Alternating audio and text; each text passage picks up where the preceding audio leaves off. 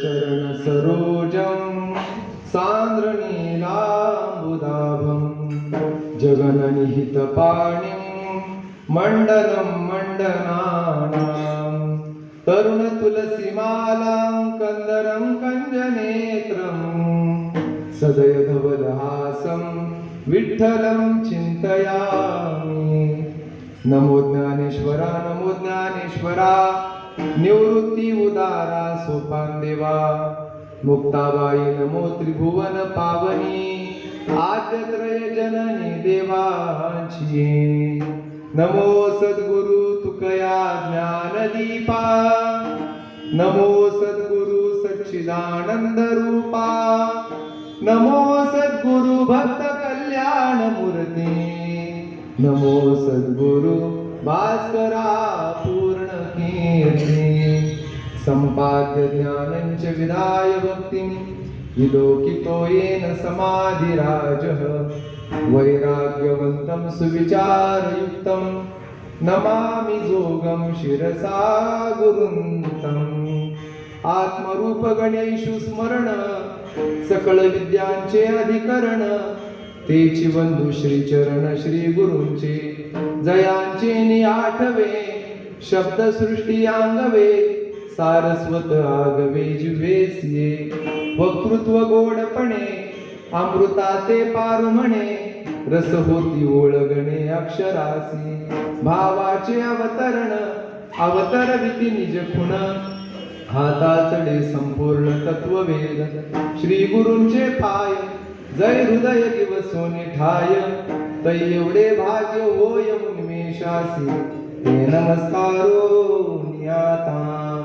काळ वेळ नाम उच्चारिता नाही काळ वेळ नाम उच्चारिता नाही दोन्ही पक्ष पायी उद्धरती हरिमुखे म्हणा पुण्याची गणना कोण करी। प्रस्तुत प्राप्त प्रसंगी संकीर्तन वृत्ती सेवेकरता घेतलेला अभंग संत विश्ववंद्य ज्ञानोबराय यांचा हरिपाठ या प्रकरणातला हा 21 क्रमांकाचा अभंग असून या अभंगाद्वारे ज्ञानोबराय नामाची सुलभता नामाची सफलता नामाची श्रेष्ठता प्रतिपादन करतायत। विठ्ठल विठ्ठल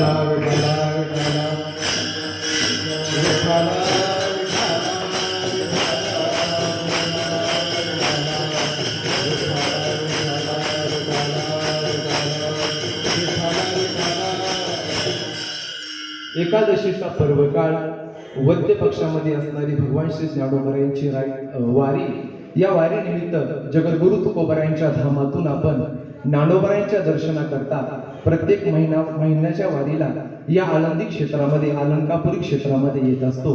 मग अलंकापुरी क्षेत्रामध्ये आल्यानंतर प्रातस्मरणीय गुरुवर्य बाबांच्या सहवासामध्ये ही वारीची उपासना आपण करतो।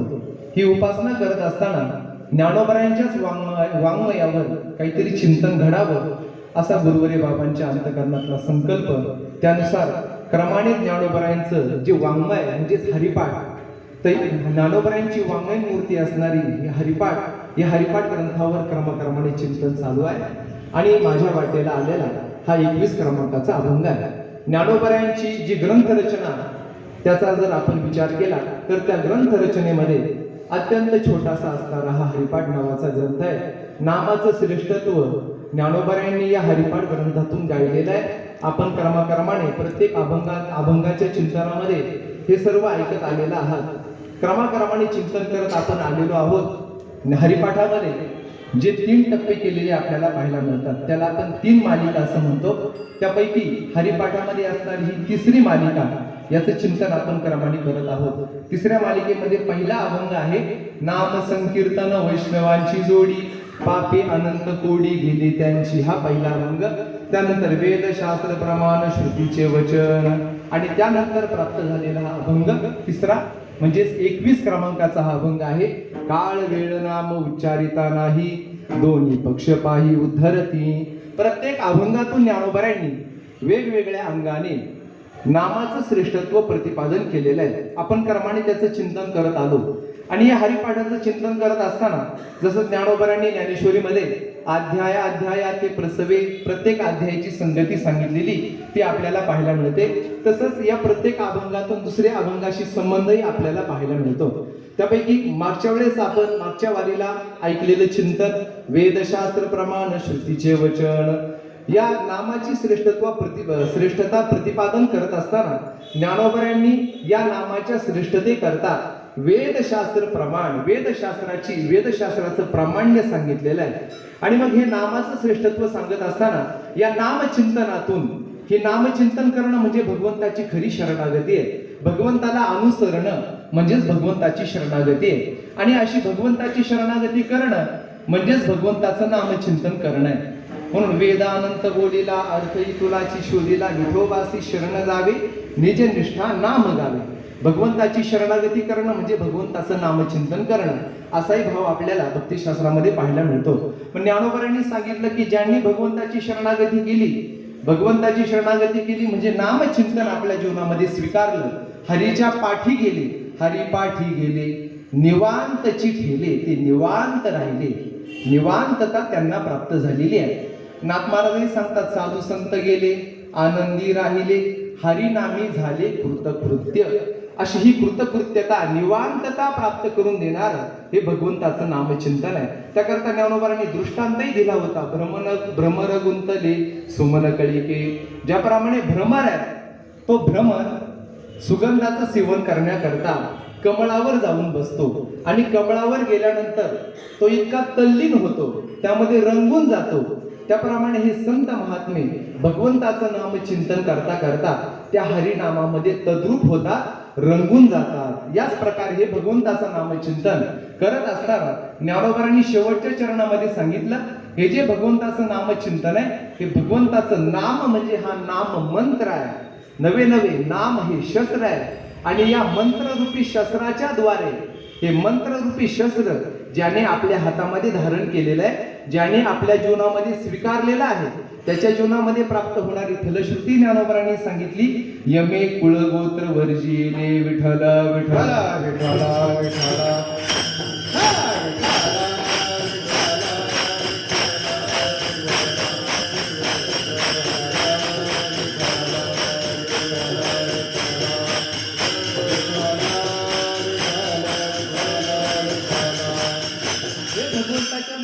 श्रेष्ठत्व ज्ञानोबरांनी सांगितलं. सांगत असताना त्याला वेदशास्त्राधिकांचं प्रामाण्यही दिलं. आणि हे सगळं सांगत असताना या भगवंताच्या नाम असणार आहे, भगवंताचं नामरूपी मंत्राचं सेवन ज्याने जीवनामध्ये केलेलं आहे, या नाम मंत्राचं उच्चारण ज्याच्या जीवनामध्ये घडलेलं आहे, यमे कुळगोत्र वर्जिले, त्याच्या कुळगोत्राकडे आता यम पाहत नाही, यमाने त्याचा त्याग केलेला आहे. यमाची बाधा, काळाची बाधा त्याला होत नाही, ही फलश्रुती सांगितली. ही सगळी फलश्रुती भगवंताच्या नामाची सांगितली.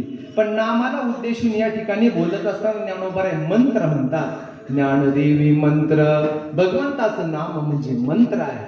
नामाची फलरूपता सांगितली, नामाची श्रेष्ठता सांगितली. आणि श्रेष्ठता सांगत असताना ज्ञानोबरांनी नामाला मंत्र रूपता सांगितलेली आहे. मग सहजच हे भगवंताचं नाम आपल्या जीवनामध्ये स्वीकारायला हवं. त्याची अनेक प्रकारची फलश्रुती जीवनामध्ये प्राप्त होणार आहे. पण ते भगवंताचं नाम जीवनामध्ये स्वीकारत असताना ते कसं स्वीकारावं? कारण या ठिकाणी बोलत असताना ज्ञानोबरांनी नामाला मंत्र असं म्हटलेलं आहे. आणि ज्यावेळेस मंत्राचा विचार समोर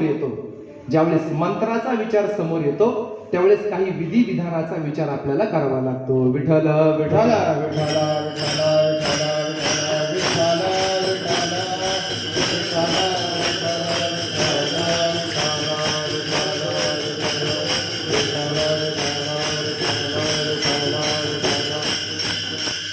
मंत्राचं उच्चारण करत असताना काही प्रतिबंध, काही विधी विधानाचे नियम शास्त्राने आपल्याला घालून दिलेले आहेत. हा जो मंत्र आहे, मंत्र कशाला म्हणतात? मननात्रायते इति मंत्र.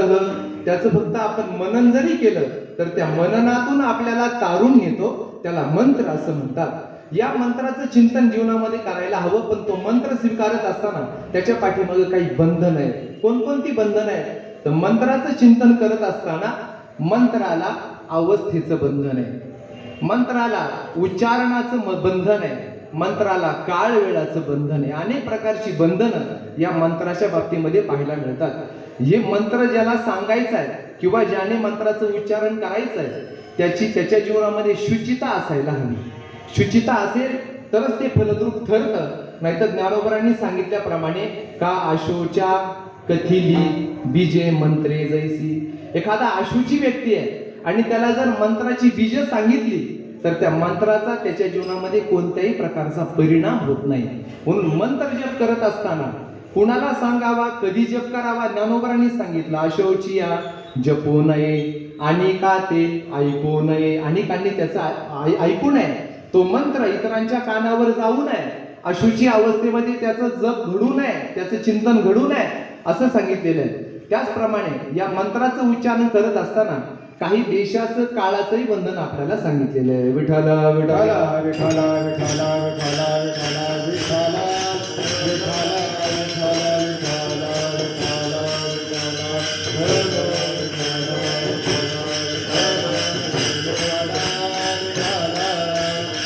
मंत्राचा जप करत असताना, मंत्र जीवनामध्ये स्वीकारत असताना तो अशुची अवस्थेमध्ये स्वीकारला तर त्याची फलरूपता जीवनामध्ये प्राप्त होत नाही. त्याचप्रमाणे त्याच्या उच्चारणामध्ये निर्दोषता असायला हवी. थोडा जरी मंत्र चुकला तरी मंत्र चळे थोडा तरी धडची होय वेडा, मंत्र चळे पिसे लागते सत्वर असं तुकोबरांनी सांगितलं. म्हणून मंत्राचं उच्चारण करायचं म्हटलं तर त्याच्यामध्ये अनेक प्रकारची बंधनं आहे, अनेक प्रकारची बंधनं आहे. त्याचप्रमाणे मंत्र स्वीकारत असताना तो अमुक अमुक काळामध्ये स्वीकारावा, अमुक अमुक काळामध्येच त्याचा जप करावा, अमुक अमुक वेळेमध्येच करावा असाही विधी त्याच्यामध्ये सांगितलेला आहे. उदाहरण सांगायचं ठरलं तर गायत्री मंत्र आहे. त्या गायत्री मंत्राचं चिंतन करत असताना या गायत्री मंत्राला मंत्रराज असं म्हटलेलं आहे. हा जो गायत्री मंत्र आहे त्या गायत्री मंत्राचं उच्चारण स्त्रीने करू नये, लहान बालकांनी करू नये. गायत्री मंत्र उच्चारणाचा विशिष्ट अधिकारी असावा लागतो आणि तो अशुची अवस्थेमध्ये गायत्री मंत्राचं उच्चारण करू नये. त्याच्या जीवनामध्ये शुचिता असावी, सकाळी स्नान करावं, संध्या करावी आणि मग गायत्री मंत्राचा उच्चार करावा असं शास्त्र आपल्याला सांगतं. म्हणून असे अनेक मंत्र आहेत. या मंत्र म्हटला की त्याच्यामध्ये अनेक प्रकारची बंधनं सांगितली जातात, अनेक प्रकारची बंधनं समोर येतात. पण ज्ञानोबारांनी नामाला या ठिकाणी मंत्र म्हटलेला आहे. मंत्र म्हटला की अनेक प्रकारची बंधनं आली. त्याच्यामध्ये काळाचंही बंधन आलं, त्याच्यामध्ये वेळेचंही बंधन आलं, देशाचंही बंधन आलं. सगळी बंधनं आपल्याला पाहायला मिळतात. अमुक अमुक देशामध्ये त्याचं उच्चारण करावं असं नाही, पवित्र कालावधीमध्ये त्याचं उच्चारण करावं, पवित्र देशामध्ये जाऊन उच्चारण करावं, अमुक अमुक आसन घालावं, आसनावर बसावं आणि बसून शुचिता अवस्थेमध्ये त्याचं चिंतन करावं. असे मंत्राच्या बाबतीतले काही विधी आपल्याला पाहायला मिळतात. ज्ञानोबारांनी या ठिकाणी, ज्ञानोबाराय तर या ठिकाणी नामाला मंत्र असं म्हणतात. ज्ञानोबारांना विचारलं, ज्ञानोबाराय तुम्ही तर नामाला मंत्र म्हणतात आणि आम्हाला नाम आमच्या जीवनामध्ये स्वीकारायचं आहे. नाम स्वीकारत असताना नामाला मंत्र रूपाने जर स्वीकारायचं असेल तर त्याच्यामध्ये ही सगळी बंधनं पाहायला मिळतात. या सगळ्या बंधनाने युक्त होऊन या बंधनांना सांभाळत नामचिंतन सामान्य जीवाकडून घडणार नाही. म्हणून कदाचित सामान्य जीवाला या मंत्र म्हटल्यानंतर त्याच्यामध्ये ही सगळी बंधनं पाहिल्यामुळं कदाचित जीव त्या नामाकडे प्रवृत्त होणार नाही. हे पाहिल्यानंतर ज्ञानोबाराय सांगतात, अरे बाबा, मी नामाला जरी मंत्र म्हणत असलो तरी हा मंत्र तसा नाही. कसा नाही? ज्ञानोबारांनी सांगितलं ना, अशोचिया जपू नये, अनेका ते ऐकू नये, ऐसिया मंत्राते जग बिहे, तैसा मंत्रराज नव्हे रे रे, नारायण नाम नारायण नाम. हा सुद्धा एक मंत्रराज आहे. भगवंताचं नाम, त्या नामाला जरी मंत्ररूपता असली तरी ते भगवंताचं नाम आहे आणि भगवंताचं नाम चिंतन करण्याकरता कोणत्याही प्रकारे अवस्था, कोणत्याही प्रकारचा देश, कोणत्याही प्रकारचं काळ याचं कोणतंही बंधन नाही असं या नामामध्ये असणारी सुलभता ज्ञानोबाराय प्रथम चरणातून सांगतात. काळ वेळ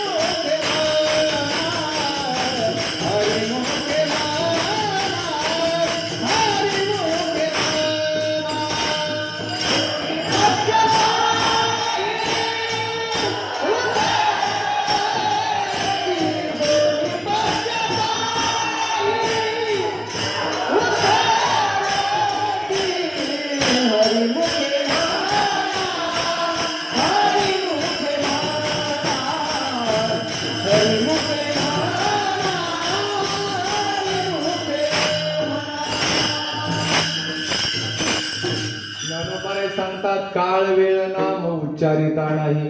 इतर जे मंत्र आहेत ते मंत्र वेगळे आणि हा नाम मंत्र वेगळा आहे. अनेक प्रकारचे मंत्र आहेत. गुरुवरे बाबा सांगत असतात मंत्र महोदधी नावाचा ग्रंथ आहे, त्याच्यामध्ये अनेक प्रकारचे मंत्र सांगितलेले आहेत. सप्तकोटी महामंत्राः चित्त विभ्रमकारकाः, चित्ताला विभ्रमता प्राप्त करून देणारे अनेक मंत्र आहेत. परंतु या सगळ्या मंत्रांमध्ये श्रेष्ठ असणारा हा नाम मंत्र आहे. कारण इतर नाम मंत्राचा विधी वेगळा आणि या नामाचा विधी वेगळा आहे. इतर मंत्राचा उच्चारण करत असताना त्यामध्ये उच्चारण करण्याकरता अनेक प्रकारची बंधनं पाळावी लागतात. तसं हा जो नाम मंत्र आहे या नाम मंत्राच्या बाबतीमध्ये चिंतन करत असताना ज्ञानोबा सांगतात या नामाच्या बाबतीमध्ये असणारी सुलभता अशी आहे, काळ वेळ नाम उच्चारिता नाही. नाम उच्चारिता काळ वेळ नाही. विठ्ठल विठ्ठल विठ्ठल.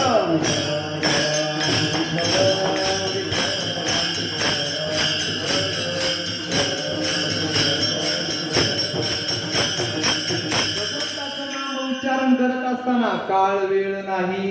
काळाचं आणि वेळेचं बंधन मात्र भगवंताचं नाम उच्चारण करण्याकरता नाही. आता भगवत प्राप्तीची जी अनेक साधनं आहेत किंवा चित्त शुद्धी करता शास्त्राने ज्या ज्या साधनांचे विधान केलेलं आहे त्या सगळ्या साधनांचा जर आपण विचार केला तर या सगळ्या साधनांमध्ये आपल्याला काळाची आणि वेळेची, देशाची बंधनं आपल्याला पाहायला मिळतात. परंतु नामाच्या ठिकाणी ती बंधनं मात्र नाही. प्रत्येक साधनांचा विचार करा. कर्म साधन आहे. हे कर्म आपल्याला चित्तशुद्धीद्वारा भगवंताची प्राप्ती करून देणार आहे. चित्तस्य शुद्ध हे कर्म, चित्तशुद्धीद्वारा ते परमतत्वापर्यंत प्राप्त करून देणारं साधन कर्म आहे. परंतु कर्म करत असताना त्याला सुद्धा काळाचं बंधन आहे. शास्त्र असं सांगतं कोणतंही कर्म करत असताना ते कर्म करण्याचा अधिकारी मनुष्य कधी होतो, ज्यावेळेस त्याच्या जीवनामध्ये उपनयन संस्कार होतो आणि उपनयन संस्कार झाल्यानंतर तो शास्त्राची कर्म करण्याकरता प्रवृत्त त्याने व्हावं, असं हे बंधन त्याकरता सांगितले. म्हणून कर्म करण्याकरता उपनयन संस्काराचं बंधन शास्त्राने सांगितलं. आता कर्माचे प्रकार पहा. कर्माच्या प्रकारामध्ये नित्यकर्म, नित्यकर्माचं विधान. नित्यकर्म करत असताना त्या नित्यकर्माला सुद्धा काळाचं बंधन आहे, वेळेचं बंधन आहे. नित्यकर्म करत असताना नित्यकर्म कशाला म्हणतात? जे करणीय प्रतिदिनी, जे रोज करायचं आहे, जे नित्याने आपण करतो त्याला नित्यकर्म असं म्हणतात. आता हे नित्यकर्म करत असताना त्याला सुद्धा काळाचं वेळेचं बंधन आहे. कसं बंधन आहे? उदाहरणार्थ संध्या हे नित्यकर्म आहे. संध्या म्हणजे नित्यकर्म आहे. मग संध्या कधी करावी? मनाला वाटेल तेव्हा संध्या करून चालत नाही. संध्या कधी करावी? उत्तम संध्या कोणती याचंही विधान शास्त्राने आपल्याला केलेलं आहे.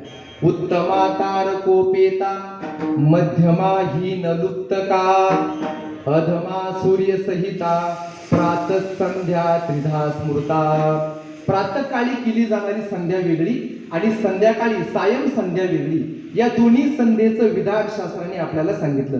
म्हणजे सकाळी नित्यकर्मामध्ये केली जाणारी संध्या, या संध्येला काळ वेळाचं कसं बंधन आहे? मग सकाळी केली जाणारी संध्या कोणत्या कोणत्या प्रकारामध्ये आहे शास्त्राने सांगितलं. उत्तमा उत्तम श्रद्धा, आपलं उत्तम उत्तम केली जाणारी संध्या, उत्तमा तारकोपेता, ती संध्या उत्तम आहे. कोणती? ज्या वेळेस आकाश मंडलामध्ये तारे असतील, आकाश मंडलामध्ये तारे असताना केली जाणारी संध्या म्हणजे पहाटे ब्रह्ममुहूर्तावर केली जाणारी संध्या, याला उत्तम संध्या असं म्हणतात. उत्तमा तारकोपेता मध्यमा हीन लुप्तकाः, त्यांनी सांगितलं मध्यम संध्या. कोणती मध्यम संध्या? हीन लुप्तकाः. काय झालेलं आहे? आकाशामध्ये असणारे तारे दिसेनासे झालेले आहेत आणि सूर्योदय झालेला नाही, पण अरुणोदय मात्र झालेला आहे. आणि अशा अवस्थेमध्ये या मध्य काळामध्ये केली जाणारी जी संध्या आहे ती मध्यमा, तिला मध्यम संध्या असं म्हणा.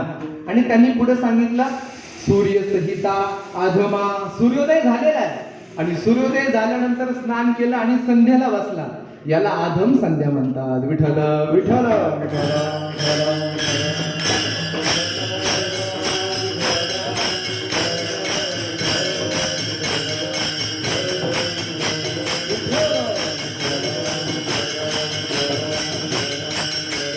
नित्यकर्मच आहे, पण नित्यकर्माला काळाचं आणि वेळेचं बंधन आपल्याला पाहायला मिळतं.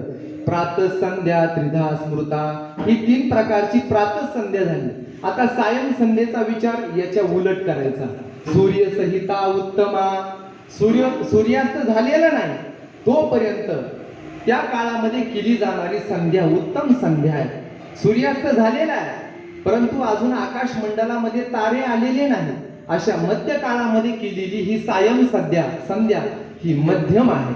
आणि त्यानंतर आज सूर्यास्त झालेला आहे, अंधकार झालेला आहे आणि आकाशामध्ये आकाश मंडलामध्ये तारे उगवलेले आहेत, अशा अवस्थेमध्ये केली जाणारी संध्या याला आधम संध्या असं म्हणतात. विठ्ठल विठ्ठल विठ्ठल.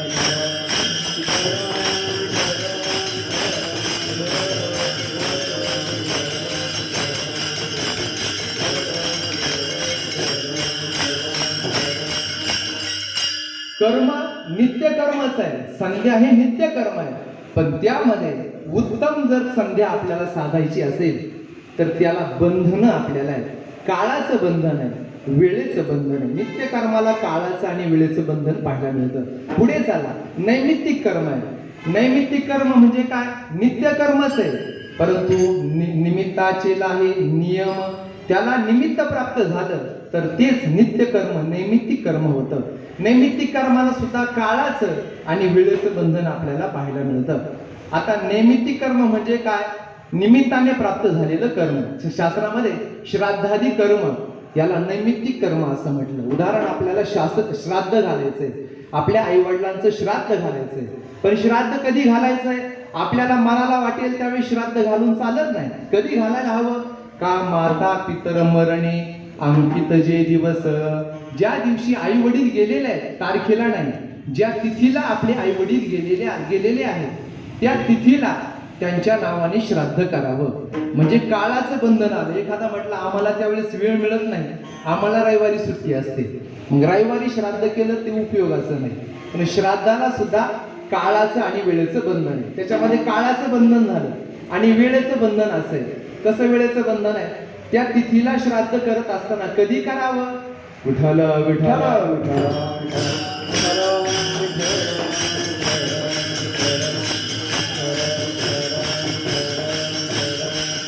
अपराह्नो पितॄणाम पूर्वाह्नो देवाणाम. अपराह्न काळामध्ये म्हणजे दुपारी 12 नंतर हे श्राद्ध करावं. ही श्राद्धेची वेळ सांगितली.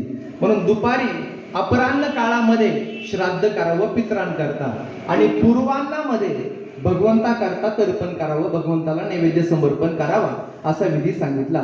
म्हणून नैमित्तिक कर्मामध्ये सुद्धा किंवा नैमित्तिक कर्मामध्ये अजून आपण विचार पाहतो सोम सूर्यादी ग्रहणे. ग्रहण काळामध्ये आपण जे कर्म करतो, ग्रहण आलं तर ग्रहणामध्ये पर्वकाळ प्राप्त झाला म्हणून आपण दान करतो, अनेक प्रकारची पुण्यकर्म करतो. आता ही सगळी पुण्यकर्म आपल्याला ज्यावेळेस ग्रहण प्राप्त होईल, ग्रहणाचा पर्वकाळ प्राप्त होईल त्याच वेळेस करावं लागेल, इतर वेळी करता येणार नाही. म्हणजे त्याला काळाचंही बंधन आहे आणि वेळेचं बंधन आहे. विठ्ठल विठ्ठल विठ्ठल विठ्ठल.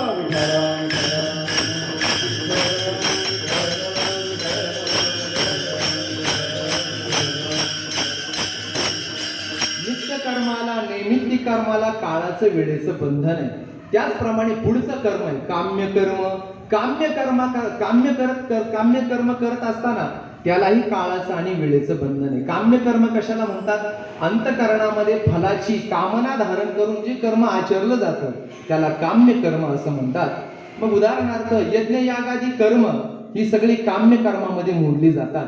यज्ञ करणं, यज्ञ याग करणं, स्वर्गाची कामना अंतकरणामध्ये धारण करून, स्वर्गाची कामना अंतकरणामध्ये धारण करून यज्ञादी कर्माचं आचरण करणं हे काम्य कर्म. परंतु काम्य कर्म करत असताना अंतकरणामध्ये फलाची कामना असल्यामुळे ते कर्म यथासांग घडावं लागतं. आणि यथासांग घडत असताना ते काम्य कर्म कधी करावं त्यालाही नियम आहे. ते सुद्धा विशिष्ट काळामध्ये आणि विशिष्ट मुहूर्तावरच केलं जातं. त्याला सुद्धा विशिष्ट काळ शोधावा लागतो आणि काळ शोधून विशिष्ट मुहूर्त शोधावा लागतो, विशिष्ट वेळ शोधावी लागते आणि नंतरच त्या कर्माचं आचरण केलं तर आपल्या अंतकरणामध्ये असणारं फलासक्तीची इच्छा पूर्ण होते. म्हणजे काम्य कर्माला सुद्धा काळाचं वेळेचं बंधन आहे. विठ्ठल विठ्ठल.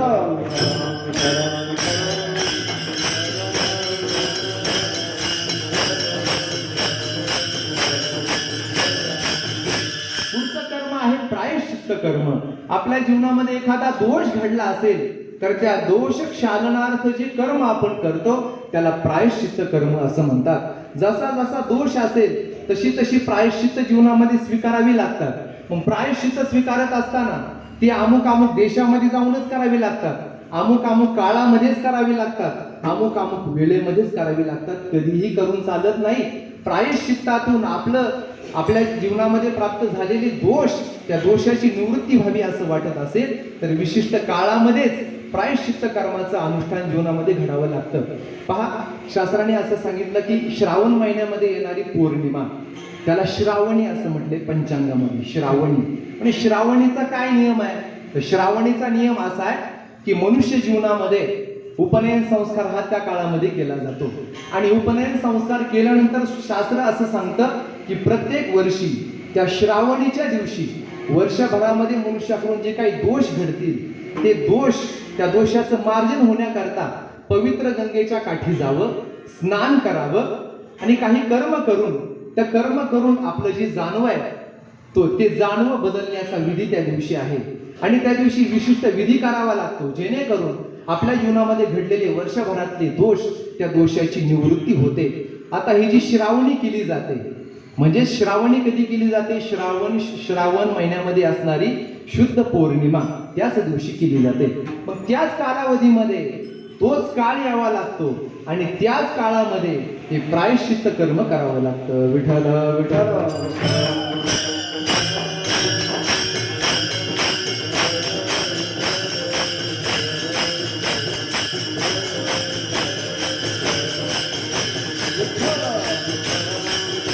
कर्माचा विचार आपण केला, भगवत प्राप्तीचं हे साधन आहे कर्म. परंतु या कर्मामध्ये सुद्धा आपल्याला काळाचं वेळेचं बंधन असलेलं पाहायला मिळतं. त्यानंतर पुढचं साधन पहा, करा, जप, तप, व्रत ही सगळी साधन संतांनी आपल्याला सांगितलेले. त्याच्यामध्ये व्रत करणं हे सुद्धा भगवंताच्या प्राप्तीचं साधन आहे. अनेक प्रकारची व्रत वैकल्य जीवनामध्ये स्वीकारली जातात. ही सगळी व्रत वैकल्य ही साधन आहे. पण या सगळ्या साधनांचं अनुष्ठान जीवनामध्ये करत असताना त्याला सुद्धा काळ वेळेची मर्यादा आहे. उदाहरणार्थ आजचाच पर्व काळ घ्या, आजच व्रत घ्या. हे एकादशी व्रत संतांनी आपल्याला करायला सांगितलं की नाही? व्रत करा एकादशी सोमवार, कथा पूजन हरिजागर, पुण्य ते असे गाता नाचता फार, पुन्हा बोलिला संसार नाही नाही सत्यत्वे. किंवा व्रत करा एकादशी सोमवार, एकादशी सोमवार व्रत एकादशी, हे दोन्ही व्रताचं विधान आपल्याला संतांनी केलेलं आहे. दोन्ही व्रत जीवनामध्ये करावी लागतात. आता एकादशी, एखाद्याला वाटलं एकादशी व्रत जीवनामध्ये करायचंय, एकादशी व्रताचा विधी काय आहे? व्रत एकादशी करीन उपवासी, गायीन अहर्निशी मुखी नाम. या प्रामुख्याने दोन गोष्टी एकादशी व्रताच्या दिवशी घडायला हव्या. भगवंताचं नामचिंतन आणि उपवास घडायला हवा. या दोन गोष्टी घडायला हव्यात. एखाद्याला वाटलं मला एकादशी व्रत करायचं, मग एकादशी व्रत करायचंय म्हटल्यानंतर त्याला ज्यावेळेस वाटेल त्यावेळेस करता येत नाही. त्याकरता 15 दिवसाची वाट पाहावी लागते. पंधरवाड्यामध्ये असणारी शुद्ध पक्षामध्ये येणारी ही शुद्ध एकादशी किंवा पुढच्या वद्य पक्षामध्ये येणारी एकादशीचीच वाट पाहावी लागते आणि तो पर्व काळ आल्यानंतर त्या दिवशी आपल्याला ते व्रत करावं लागतं. विठ्ठल विठ्ठल विठ्ठल.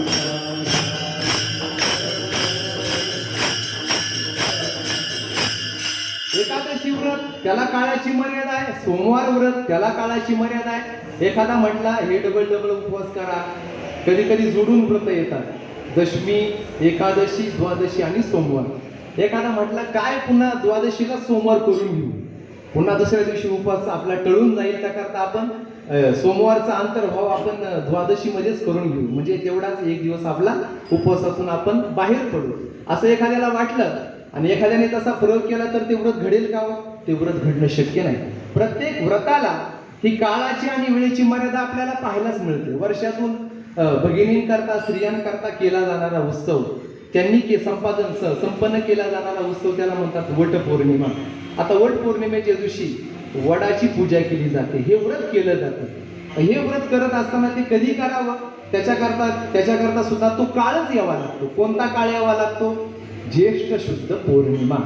ज्येष्ठ शुद्ध पौर्णिमा या काळाची वाट पाहावी लागते आणि तो काळ ज्यावेळेस प्राप्त होईल त्या काळामध्येच ते व्रत करावं लागतं. एखादी म्हटली नाही त्या काळामध्ये आपल्याला वेळ मिळत नाही, आपण पुढच्या पौर्णिमेला करू किंवा मागच्या पौर्णिमेला करू किंवा फाल्गुन महिन्यातल्या पौर्णिमेला करू. फाल्गुन मधल्या पौर्णिमेचा विधी वेगळा आहे.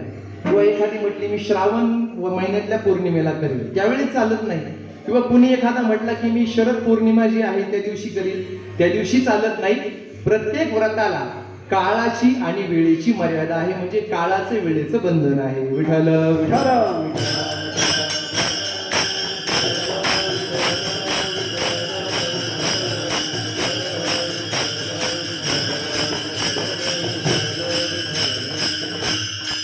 त्यानंतर दान हे साधन आपल्याला शास्त्राने सांगितलेले. दान करावं, दान केलं पाहिजे. दान हे साधन जीवनामध्ये करत असताना ते दान कधी करावं, दानाकरता असणारी मर्यादा भगवंताने सांगितली. कोणती? 3 प्रकारच्या दानाचा विचार भगवंताने सांगितला. त्यामध्ये सात्विक दानाचा विचार करत असताना देशे कालेच पात्रेच तद्दानं सात्विकम स्मृतम. देश, काल आणि पात्र यांचा विचार पाहून जे दान केलं जातं त्याला सात्विक दान असं म्हणतात. आणि याचा विचार जिथं नाही मग ते तामस, राजस, त्याच्यामध्ये भगवंताने विस्ताराने विचार केलेला आहे. म्हणून दान हे साधन स्वीकारत असताना त्या दान साधनामध्ये सुद्धा आपल्याला देशाची, काळाची मर्यादा पाहायला मिळते. कोणता देश असावा त्यामध्ये विचार करत असताना ज्ञानोबाने सुंदर विचार केला. ज्ञानोबा म्हणतात होवावे कुरुक्षेत्र का काशी. पहिली गोष्ट म्हणजे कुरुक्षेत्र असावं किंवा काशी असावे, काशी क्षेत्र असावं किंवा तुके जो इहिसी या दोन्ही क्षेत्राच्या तुलनेला येणारा देश, म्हणजे या दोन्ही क्षेत्राच्या तुलनेला येणारं क्षेत्र जरी असलं तरी सुद्धा चालेल, त्या क्षेत्रामध्ये जाऊन दान द्यावं. म्हणून त्यामध्ये ही मर्यादा आली, देशाची मर्यादा आली, कालाची मर्यादा आली. कोणत्या काळामध्ये करावं? चंद्रग्रहण, सूर्यग्रहण असा एखादा पर्वकाळ प्राप्त झाला तर त्या पर्वकाळामध्ये जर आपण दान केलं तर ते दान अक्षयी होतं. म्हणून त्या काळामध्ये दान करावं. पुन्हा पात्राचा विचार आला. कोणतं पात्र असावं? त्याच्यामध्ये ज्ञानोबरांनी विचार करत असताना जे आचाराची उतारपेठ, ज्ञानोबरा म्हणतात परिपूर्ण आचरण ज्याच्या जीवनामध्ये घडलेला आहे, असा मूर्ती धरलेली आहे शुचित्वेची जैसी. मूर्तिमंत शुचिता ज्याच्या जीवनामध्ये आहे तैसे द्विजरत्न चोखट पाऊनिया, असं सुंदर शुद्ध असणारा, आचरण संपन्न असणारा ब्राह्मण असावा. आणि या पात्राच्या ठिकाणी दान करावं. म्हणजे दान या साधनाचा विचार करत असताना आपल्याला देशाची, कालाची, वेळेची मर्यादा, पात्राची मर्यादा पाहायला मिळते. विठ्ठल विठ्ठल विठ्ठल.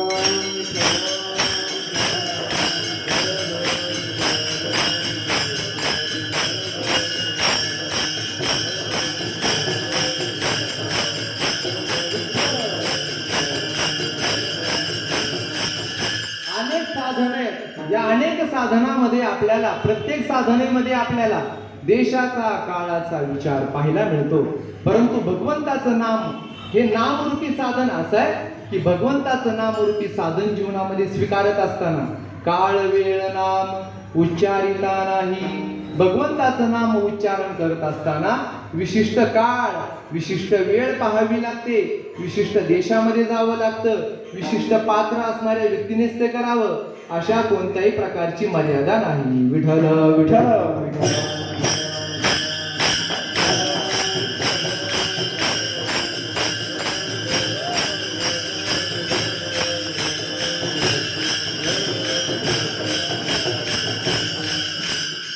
भागवतामध्ये परमहंस परिव्राजकाचार्य शुकदेवजी महाराज सांगतात की न देश नियमो राजन न काल नियमस्तथा. हे राजन, भगवंताचं नाम चिंतन करण्याकरता कोणत्याही प्रकारच्या देशाची मर्यादा नाही, कोणत्याही प्रकारची काळाची मर्यादा नाही.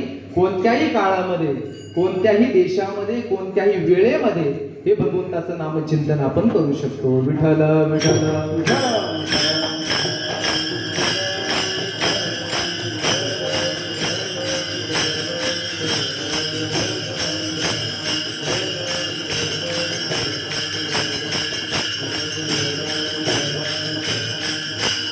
भगवंताचं नामचिंतन. पण इथं बोलत असताना ज्ञानोबा काय म्हणतात, काळ वेळ नाम उच्चारिता नाही. नाम उच्चारिता काळ वेळ नाही. काळाचं बंधन नाही आणि वेळेचं बंधन नाही. आता काळ आणि वेळ हे दोन्ही शब्द एकत्र आलेले पाहायला मिळतात. बऱ्याच वेळा हे दोन्ही शब्द पर्यायवाची म्हणून वापरलेले पाहायला मिळतात. बहुतांशी दोन्ही पदाचा अर्थ एकच पाहायला मिळतो. पण तरी पण ज्ञानोबांनी या ठिकाणी त्या दोन्ही शब्दांचं उच्चारण केलेलं आहे. काळाचं चिंतन करत असताना हा जो काळ आहे, हा काळ, या काळाला व्यापकता पाहायला मिळते. पण त्या विशिष्ट काळामध्ये असणारी जी वेळ आहे, ती वेळ मात्र सूक्ष्म असते. काळ हा व्यापक असतो आणि त्या विशिष्ट काळामध्ये असणारी विशिष्ट वेळ, ती वेळ मात्र सूक्ष्म असते. विठ्ठल विठ्ठल विठ्ठल.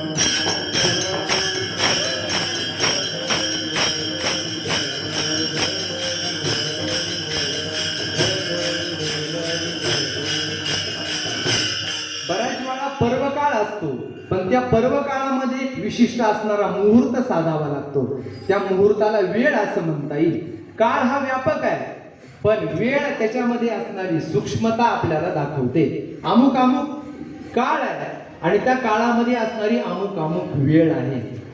मागे काही वर्ष, आता काही दिवसांपूर्वी प्रभू रामचंद्रांचं मंदिर स्थापन करत असताना, त्या ठिकाणी प्रथम शिलालेख करत असताना, तो विधी संपन्न करत असताना मुहूर्त पाहायचा ठरला. त्यावेळेस अनेक विद्वानांमध्ये मतभेद झाले की कोणता मुहूर्त स्वीकारावा, कोणता काळ स्वीकारावा. त्यांनी काळ स्वीकारला, पण काळ स्वीकारल्यानंतर मुहूर्त स्वीकारत असताना पंचांगानुसार विद्वानांनी असा निर्णय दिला की काळ पवित्र आहे, पर्व काळ आहे, पण त्या पर्व काळामध्ये असणारा मुहूर्त किती वेळाचा आहे? 1 तासाचा नाही, 32 सेकंदाचा. विठ्ठल विठ्ठल विठ्ठल.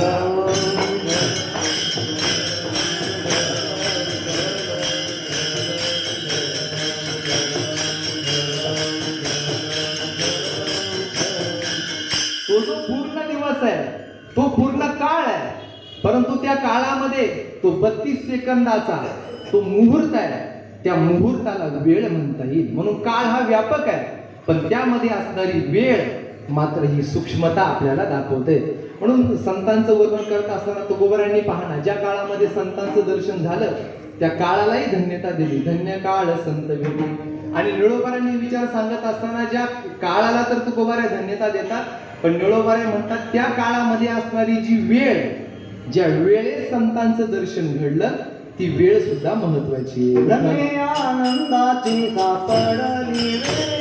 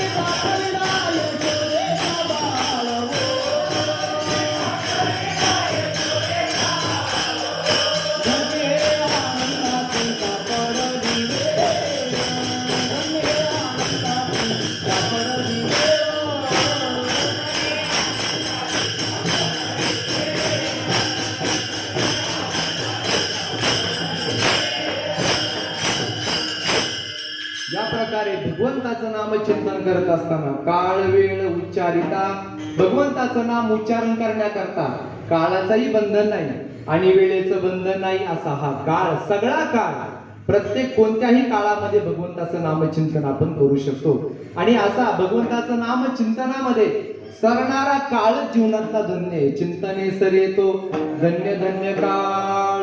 आपल्या जीवनामध्ये असणाऱ्या काळाला धन्यता प्राप्त व्हावी असं वाटत असेल तर भगवंताचं नामचिंतन करावं. आणि हे भगवंताचं नामचिंतन सगळ्या काळामध्ये करता येण्यासारखं आहे. किंवा आपल्या शरीराच्या दृष्टीने काळाचा विचार करा. शरीरामध्ये प्राप्त होणारा काळ, बाल्यकाळ, तारुण्यकाळ, वृद्धापकाळ, शरीरामध्ये प्राप्त होणारा कोणताही काळ घ्या, या सगळ्या काळामध्ये आपण भगवंताचं चिंतन करू शकतो. बाल्य अवस्थेमध्ये सुद्धा आपण भगवंताचं नामचिंतन करू शकतो. तारुण्य अवस्थेमध्ये सुद्धा भगवंताचं नामचिंतन करतो. आणि वृद्ध अवस्थेमध्ये सुद्धा, वृद्धापकाळामध्ये सुद्धा भगवंताचं नामचिंतन करतो. त्याला मात्र कोणत्याही प्रकारचं बंधन, कोणत्याही प्रकारचा नियम नाही. विठ्ठल विठ्ठल.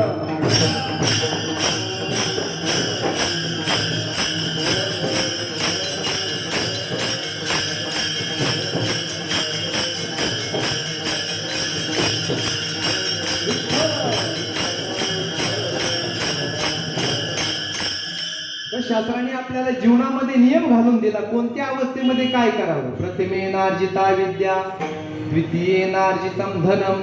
धन कोणत्या काळामध्ये कमवावं, विद्या कोणत्या काळामध्ये संपादन करावी, याला काळाचं बंधन जीवनामध्ये आहे. पण भगवंताच्या नामचिंतनाला मात्र कोणत्याही प्रकारचं बंधन नाही. कोणत्याही काळामध्ये भगवंताचं नामचिंतन आपण करू शकतो. विद्या ग्रहण करत असताना त्या काळामध्ये आपण भगवंताचं नामचिंतन करू शकतो. द्रव्य संपादन करत असताना त्या काळामध्येही चिंतन करू शकतो. आणि जरा अवस्थेमध्ये म्हणजे वृद्धाप काळामध्ये सुद्धा भगवंताचं नामचिंतन करू शकतो. परंतु द्रव्य प्राप्ती करायची असेल, तिला मात्र वेळाचं काळाचं बंधन. एखादा म्हातारा म्हटला मी आता द्रव्य संपादन करण्याकरता चाललो, जमणार नाही. एखादा वृद्ध अवस्थेला प्राप्त झाला, तो म्हटला आयुष्यभर माझ्याकडून काही विद्याध्ययन घडलं नाही. ही मुलं सगळी विद्याध्ययन करतात, शिकणाऱ्या मुलांकडे पाहिल्यानंतर त्यालाही प्रेरणा झाली आणि तो जर विद्याध्ययन करण्याकरता निघाला तर ते जमणार नाही. असाच एक कोणतरी म्हातारा काठीवर टेकलेला, हातामध्ये काठी आलेली आहे, डोळ्याला चष्मा लागलेला आहे आणि अशा अवस्थेमध्ये त्याला विद्याध्ययन करण्याची प्रेरणा निर्माण झाली. तो म्हटलं विद्याध्ययन आपण केलं पाहिजे. हा विद्याध्ययन करत असताना म्हटलं विधी कसा आहे, सुरुवातीला व्याकरण शिकलं पाहिजे. म्हणून तो व्याकरण शिकण्याकरता प्रवृत्त झाला. त्यांनी पाहिलं ही सगळी मुलं व्याकरण शिकतात, पण व्याकरण शिकत असताना ते धातू घोकतात, नाम घोकतात. संस्कृत भाषेमध्ये घोकावं लागतं. ब्रह्मचारी धर्म घोकावी अक्षरे, अक्षरांची घोकमपट्टी करावी लागते. त्याने पाहिलं आणि त्याने सुद्धा संस्कृतचा ग्रंथ विकत घेतला आणि तो सुद्धा धातू घोकायला लागला. त्याने घोकण्याकरता धातू घेतला, डुकणे, करणे या अर्थामध्ये येणारा धातू आहे. आणि डुकणी असा त्या धातूचा उच्चार तो करू लागला. आणि तो करत असताना जगद्गुरु आद्य शंकराचार्य तिथून निघाले होते. जात असताना त्यांनी पाहिलं हा जरा अवस्थेला प्राप्त झालेला हा काय करतोय नेमकं जवळ जाऊन, कदाचित भगवंताचं नाम चिंतन करतोय का काय, म्हणून ते जवळ आले. आणि त्यांनी पाहिलं की अगदी दिसतही नाही अशा अवस्थेमध्ये त्याने तो संस्कृतचा ग्रंथ घेतलेला आहे आणि तो चिंतन करतोय. डुकरुणी करणे या अर्थामध्ये आलेला हा धातू आहे आणि तो धातू घोकतोय. धातू घोकत असताना पाहिल्यानंतर आचार्याने त्याला विचारलं, अरे बाबा तू काय करतोय. तो म्हटला काय करतोय, काय विद्याध्ययन करतोय. या काळामध्ये मला विद्याध्ययन करण्याची प्रेरणा निर्माण झालेली म्हणून मी विद्याध्ययन करण्याकरता प्रवृत्त झालेलो. आचार्य म्हटले, अरे आता विद्याध्ययन करण्याचा काळ तुझा राहिला का, आता तू धातू शिकणार. मग त्या धातू म्हणजे डुकुरी म्हटल्यानंतर क्रू शिल्लक राहणार. आदी दोती विठ्ठल विठ्ठल विठ्ठल.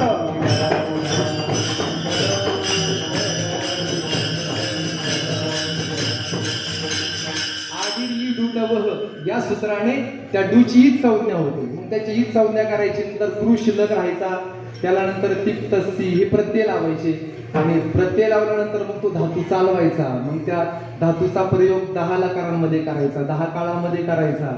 आणि नंतर मग ते सगळं धातूचं रूप समजल्यानंतर मग धातूचा अर्थ कळणार. नंतर मग तू अध्ययनाला आरंभ करणार. नंतर मग तू गीता शिकणार. बाकी इतर सगळ्या ग्रंथांच्या अध्ययनाला तू आरंभ करणार. आणि तू आता या अवस्थेला प्राप्त झालेला आहे. अशा अवस्थेमध्ये तू धातू घोकायला बसलाय अरे ज्या अवस्थेमध्ये धातू घोकायचे त्या अवस्थेमध्ये धातू घोकत नाही आणि तो धातू घोकायला बसलाय. आता हे करणं तुझं वय नाही. ज्यांनी करायला पाहिजे ते करत नाही आणि तू करायला लागलाय. म्हणून त्यांनी सांगितलं, आचार्य त्याला सांगतात, प्राप्ते सन्निहिते मरणे. अरे तुझा मरण काळ अगदी जवळ आलाय. नाही नाही रक्षती डुकणुई करणे. या काळामध्ये आता धातू घोकायचं सोडून दे. भज गोविंदम भज गोविंदम गोविंदम भज मूढमते विठ्ठल विठ्ठल विठ्ठल.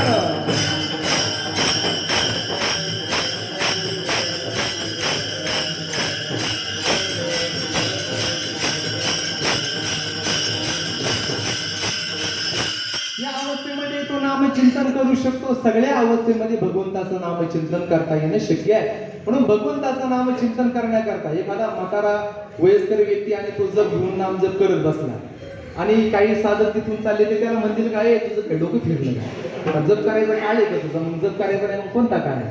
कोणत्याही अवस्थेमध्ये जप करू शकतो. कोणत्याही अवस्थेमध्ये, तारुण्य अवस्थेमध्ये तो जप करू शकतो, लहान बाल्य अवस्थेमध्ये जप करू शकतो.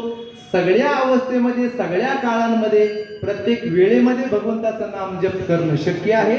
म्हणून काळ वेळ नाम उच्चारिता नाही विठ्ठल विठ्ठल विठ्ठल.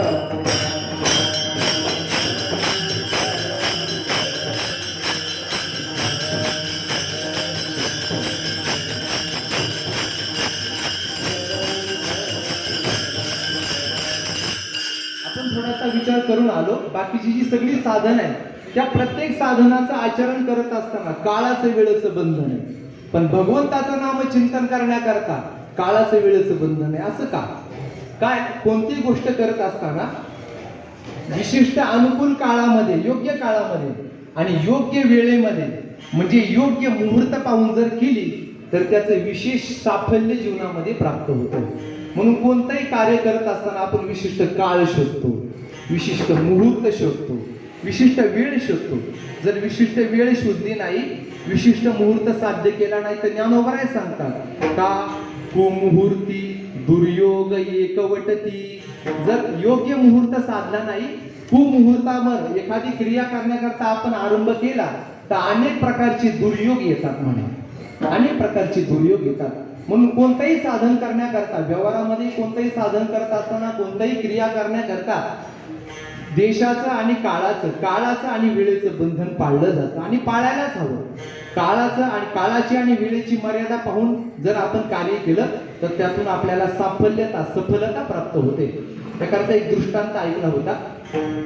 एक ज्योतिषशास्त्राचं ज्ञान असणारी ज्योतिषी आयुष्यभर ज्योतिष विद्या संपादन केली आणि संपादन केल्यानंतर अगदी ज्योतिष विद्येमध्ये तज्ज्ञ असणारे ते होते. ज्योतिषमधलं सगळं बारीक त्यांना कळत होतं. अनेक लोक त्यांच्याकडे येत होते. परंतु येत असताना अंतकरणाची वृत्ती निष्काम असल्यामुळे ते कुणाकडूनही काही स्वीकारत नव्हते. त्यामुळे सगळं जीवन त्यांचं दारिद्र्य अवस्थेमध्येच गेलं. तर त्यांची जी पत्नी आहे ती पत्नी कायम त्यांची अवहेलना करायची. तुम्ही तुमच्या जीवनामध्ये ही विद्या शिकलात, पण त्या विद्येचा आपल्याला काडी मात्र उपयोग झाला नाही. आपल्या जीवनामध्ये धनार्जन काही प्रकारे घडलं नाही. अगदी रोजची भ्रांत आपले निवारण करण्या इतकंही आपल्या जीवनामध्ये कधी कधी काही मिळत नाही. म्हणून ती कायम अवहेलना करायची. त्यांनी सांगितलं, एखादा दिवस आपल्या जीवनामध्ये येईल, एखादा असा मुहूर्त मी साधून देईल, अशी एखादी वेळ, एखादा काळ जीवनामधला मी साधून देईल की त्या काळातून आपण धनवान होऊ. अशी वेळ मी जीवनामध्ये साध्य करून दाखवेल. आणि ठीक आहे, कधी तुमची वेळ, कधी तुमचा काळ येणार आहे. अनेक दिवस गेले आणि पंचांगाचा अभ्यास करत असताना त्यांना एक विशिष्ट पर्वकाळ सापडला आणि त्या पर्वकाळामध्ये प्राप्त होणारी एक वेळ सापडली. ती वेळ सापडल्यानंतर त्यांनी पत्नीला बोलवले, बघ उद्याचा दिवस म्हणजे अत्यंत मोठा पर्वकाळ आहे आणि काळ असून चालत नाही, त्यातली वेळ साधली पाहिजे. त्यातला जो मुहूर्त आहे तो मुहूर्त साधला गेला पाहिजे. त्या काळामध्ये काय करायचंय लक्षात ठेव. त्या काळामध्ये ती जी वेळ आहे ती वेळ जवळ आली की त्या वेळेच्या आधी मी तुला निर्देश करेन. त्या काळामध्ये एक चूल मांडायची. चूल मांडल्यानंतर त्याच्यावर एक पातेलं ठेवायचं, त्याच्यामध्ये पाणी ठेवायचं आणि पाणी उकळायला ठेवायचं. पाणी उकळायला ठेवल्यानंतर तो विशिष्ट मुहूर्त, विशिष्ट वेळ आली की मी फक्त असा हुंकार करणार. हुंकार केल्याबरोबर तेवढाच काळ, बरोबर ती काळ, तेवढाच वेळ साधायचा आणि वेळ साधून तुला जेवढ्या तुझ्याकडं ज्वारीचे दाणे असतील जेवढे तेवढे सगळे ज्वारीचे दाणे त्या पाण्यामध्ये टाकायचे. तू जितके अधिक ज्वारीचे दाणे त्या काळामध्ये पाण्यामध्ये टाकशील तर त्या सगळ्या ज्वारीच्या दाण्यांचे हिरे होतील असं तिला सांगितलं. तिचा विश्वास काय विशेष नव्हता. ती म्हणजे ठीक आहे, तुम्ही सांगताय, बरेच दिवसापासून तुम्ही म्हणत होता की मी माझ्या विद्येचा प्रताप दाखवील, तो प्रताप पाहण्याची वेळ आली, आता मी पण पाहिल, पण घरामध्ये ज्वारीचे दाणे नाही, ती उसने आणली पाहिजे. म्हणून ते शेजारणीकडे गेली आणि शेजारणीला सांगितलं की बाबा मला थोडी ज्वारी उसने पाहिजे. तिने विचारलं ज्वारी कशा करता पाहिजे. तिने सांगितलं की बाबा असं असं आमच्या मालकाने सांगितलंय, असं असं उद्या घडणार आहे आणि त्या कालावधीमध्ये असं असं करायला सांगितलंय. तिने ऐकल्यानंतर मात्र तिच्या अंतकरणामध्ये श्रद्धा होती. तिने विचार केला तो काळ आपणही साधला पाहिजे. भिंतीला भिंत असल्यामुळे तिने शेजारी लगेच चूल मांडली. सगळी क्रिया इकडे जशी चाललेली भिंतीच्या पलीकडे, भिंतीच्या अलीकडे जशी क्रिया चालली पलीकडे तीच क्रिया तिने सुरू केली. सुरू केल्यानंतर त्यांनी सांगितलं हे बघ, त्या कालावधीमध्ये मी बोलणार नाही, कारण ती जी वेळ आहे, तो जो मुहूर्त आहे अगदी सूक्ष्म आहे. मी हू केलं की त्याच काळामध्ये ते सगळे ज्वारीचे दाणे त्यात पडले पाहिजे, तोच काळ साधला पाहिजे. जर काळ साधला नाही तर उपयोग होणार. म्हणजे ठीक आहे, ती उभी राहिली सगळे सूप वगैरे हातामध्ये ज्वारीचे दाणे वगैरे घेऊन. मग ती वाट पाहायला लागली. आता तो काळ जोपर्यंत येत नाही तोपर्यंत हे काय हुंकार करत नाही. तिच्या मनामध्ये विचार चाललाय कधी तो काळ येणार आहे, कधी तो मुहूर्त साधणार आहे, कधी काय होणार आहे. त्यांनी बऱ्याच वेळानंतर हू केले आणि ती पलीकडे भिंतीच्या पलीकडे जी बसली होती ती पण सावध होती. ती भिंतीला कान लावूनच बसली होती. म्हणतात ना भिंतीला कान असतात. ती सावध बसलेली होती आणि सावध बसल्याबरोबर तिकडला हुंकार पलीकडे तिने ऐकल्याबरोबर सगळे दाणे, तिने जास्त दाणे घेतले होते. उसने दाणे कमी दिले, आपल्याकडे काय पोतच आहे सगळं. तर तिने मोठं पातेलं ठेवलं होतं आणि भरपूर दाणे टाकले. हू केलं की तिकडे दाणे पडले, पण इकडे ही दाणे तसेच घेऊन. ते म्हणजे हू काय करता, तोंडाने सांगा काय ते. हू चाललंय कधीपासून मी हातामध्ये. ते म्हणजे मूर्ख आहेस का, टाक लवकर. विठ्ठल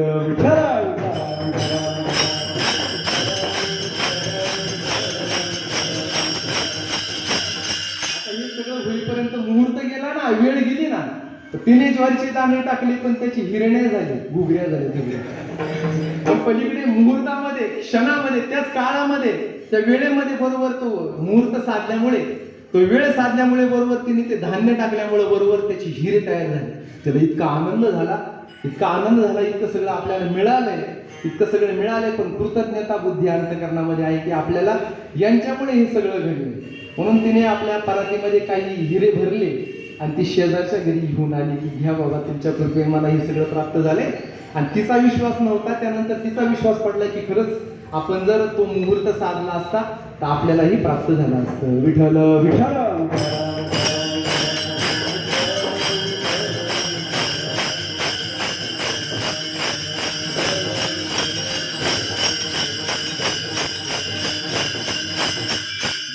मुहूर्त, विशिष्ट काळ आणि विशिष्ट वेळ जीवनामध्ये साधला तर काहीही प्राप्त होऊ शकतं.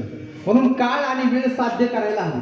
पण महाभारतामधला दृष्टांत आपण नेहमी ऐकतो की धर्मराजा आणि द्रौपदी एकांतामध्ये असताना अर्जुनाला त्यांच्या महालामध्ये जाण्याचा योग प्राप्त झाला.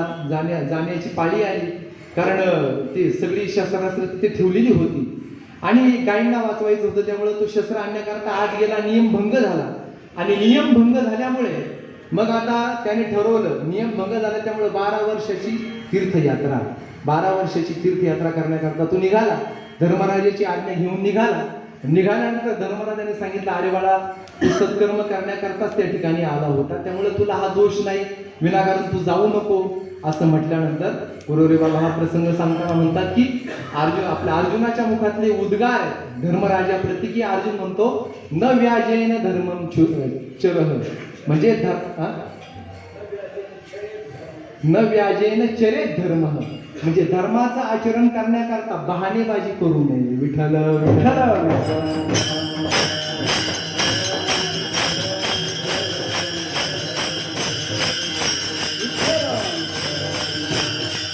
तो निघाला, योगायोग असा, तो धर्मराजाची आज्ञा घेऊन निघाला. पण निघत असताना तो काळही अनुकूल होता आणि तो ज्या वेळेला निघाला त्याने घरातून तीर्थयात्रे करण्याकरता पाऊल टाकलं. तीर्थयात्रेला जाण्याकरता ज्या वेळेस पाऊल टाकलं, ज्या वेळेला पाऊल टाकलं, तो एक विशिष्ट मुहूर्त होता. आता ते मुहूर्ताचं नाव लक्षात नाही, तो मुहूर्त असा विशेष होता की त्या मुहूर्ताला जो कोणी तीर्थाटन करण्याकरता निघेल त्याला तो ज्या दिशेला जाईल त्या दिशेला गेल्यानंतर त्याला पत्नी प्राप्त होईल, त्याचा विवाह होईल, असं त्या मुहूर्ताचं वैशिष्ट्य होतं. म्हणून तो निघाला आणि निघाल्यानंतर मग पुढचा प्रसंग तुम्हाला माहिती आहे, संन्यासी होऊन येतो. या प्रकारे हा सगळा प्रसंग पुढचा घडला. अर्जुनाचं लग्न झालं. मग हा सगळा मुहूर्त साधला. मुहूर्त जर साधला म्हणजेच विशिष्ट वेळ साधली, विशिष्ट काळ साधला, तर जीवनामध्ये कोणत्याही गोष्टी प्राप्त होतात. त्यामुळे कोणत्याही गोष्टी साध्य करण्याकरता काळ आणि वेळ असायलाच हवा. काळ वेळेची मर्यादा असायलाच हवी. पण मग इतर सगळ्या साधनांमध्ये काळ वेळेची मर्यादा सांगितली जाते, पण भगवंताचं नामचिंतन करण्याकरता भगवंताच्या नाम साधनेमध्ये काळ वेळेची मर्यादा का नाही? विठ्ठल विठ्ठल.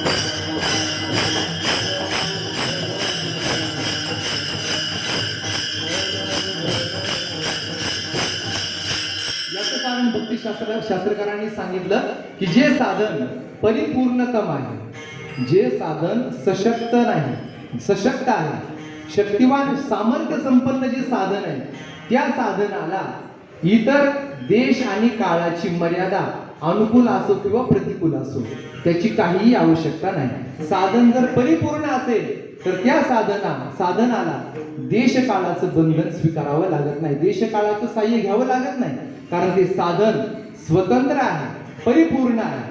म्हणजे साधन स्वतंत्र आहे, परिपूर्ण आहे, सामर्थ्यवान आहे, त्या साधनाला इतर देश काळ या सगळ्या गोष्टींचं साह्य घेण्याची आवश्यकता पडत नाही. परंतु जे साधन मात्र अशक्त आहे, त्या साधनामध्ये स्वतःच्याच ठिकाणी साध्य प्राप्त करून देण्याचं सामर्थ्य नसेल, त्या साधनांना मात्र इतर देश काळ यांची अनुकूलता साधावी लागते. यामध्ये विचार करत असताना ज्ञानोबांनी दृष्टांत दिला. ज्ञानोबा म्हणतात ज्यावेळेस पारधी निघतो शिकार करण्याकरता, तो पारधी एकटा जातो का? नाही, काय काय घेऊन जातो? जाळी. ज्ञानोबांनी उल्लेख केलाय ना, पासिके, पोती, वाघुरा, सुनी, ससानी, चिकाटी, खोचरा घेऊन निघती. हे सगळं घेऊन तो पारधी निघतो. हे सगळं घेऊन निघतो. पारधी हे सगळं शस्त्र सामुग्री घेऊन का निघतो? कारण पारध्याच्या अंगामध्ये सामर्थ्य नाही शिकार करण्याचं. त्या पारध्याच्या अंगामध्ये जर सामर्थ्य असतं तर त्याने शस्त्रास्त्र सोबत बाळगली नसती. पण त्याच्या अंगामध्ये सामर्थ्य नसल्यामुळे त्याला इतर शस्त्रास्त्रांचं साह्य घ्यावं लागतं. हा उदाहरण झालं. आणि दुसरं उदाहरण आहे, ज्यावेळेस सिंह शिकारीला निघतो. सिंह शिकारीला निघाल्यानंतर सिंह काय सगळं घेऊन चालतो का सोबत? सिंह काही घेऊन जात नाही. म्हणून म्हणतात का सिंह न पाहे जावल्या. सिंह मात्र कुणाचं साह्य घेत नाही. विठ्ठल विठ्ठल.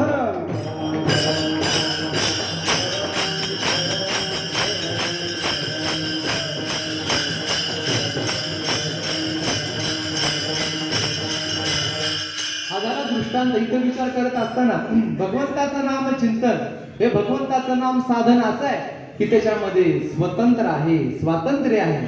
त्या नामामध्ये सामर्थ्य आहे, सर्व सामर्थ्य या नामामध्ये आहे.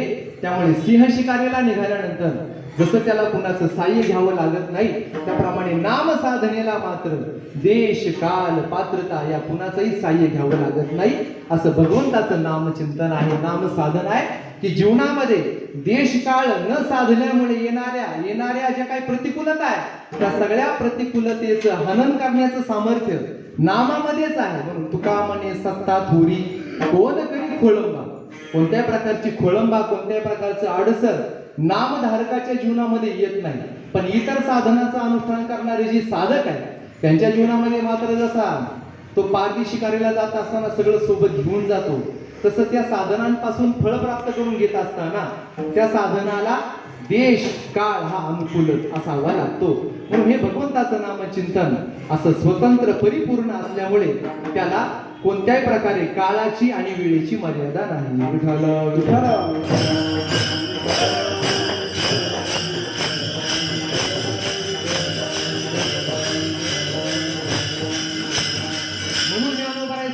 काळ वेळ नाम उच्चारिता नाही, नाम उच्चारिता काळ वेळ नाही.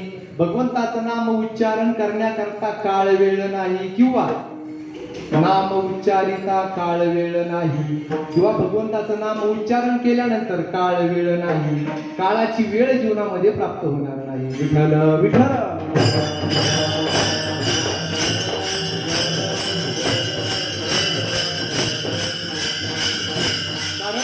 कळी काळ त्यासीन पाहे दृष्टी, काळ जगा काळ खाय आम्ही माथा दिले पाय, असा हा काळ आहे. त्या काळाची वेळ त्याच्या जीवनामध्ये प्राप्त होत नाही. मन पाहे इकडे काळ नमस्कारी वाडे कोडे, म्हणती पहा हो केवडे भाग्य या ज्ञानदेवाचे.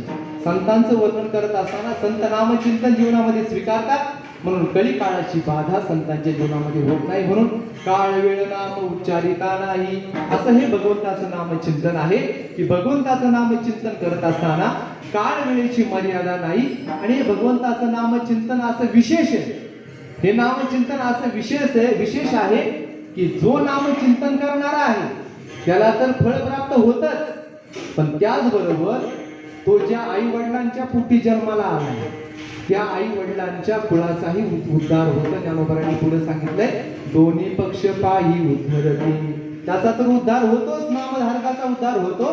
पण नामधारकाबरोबर दोन्ही पक्ष मातृ आणि पितृ या दोन्ही पक्षांचा उद्धार होतो. विठ्ठल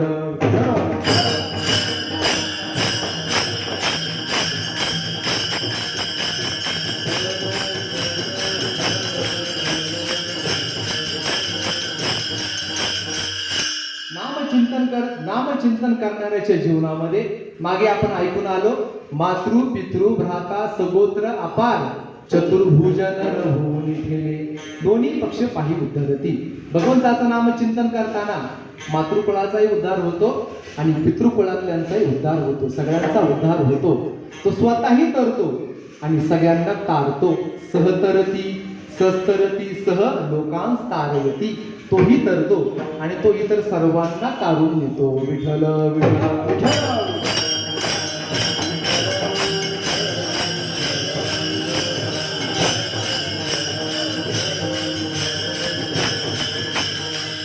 तो स्वतः तरतो, सर्वांना तारून नेतो. नामधारक भगवंताचं नाम चिंतन करणारा जो महात्मा आहे तो तर स्वतः तरून गेलेला आहे, पण त्याचं नाम चिंतन करून बाकीचे सुद्धा करतात. तयाच्या चिंतने करतील दोषी, हे सामर्थ्य नामधारकाच्या ठिकाणी आहे. म्हणून तो स्वतःही करतो आणि त्याच्या कुळामध्ये असणाऱ्या सर्वांचा उद्धार होतो. आता बाकीच्या साधनांचा विचार करा. एखाद्याने यज्ञ कर्म केलेलं आहे, स्वर्ग प्राप्ती करता यज्ञ कर्म केलेले आहे, आणि यज्ञ कर्म केल्यानंतर कुणाला स्वर्ग प्राप्ती होणार? फळाची प्राप्ती कुणाला होते? कर्त्यालाच होते. ज्याने साधनाचं अनुष्ठान केलंय त्यालाच त्याचं फळ प्राप्त होते. तो एकटा स्वर्गाला जाणार, पण त्याच्या सोबत घरामध्ये राहणारे बाकीचे म्हटले, अहो एकटीच चालली, आम्हाला घेऊन जा. बाकीच्यांना नेता येईल का? नेता येणार नाही. पण भगवंताचं नाम चिंतन करताना मात्र दोन्ही पक्ष पाही उद्धरते.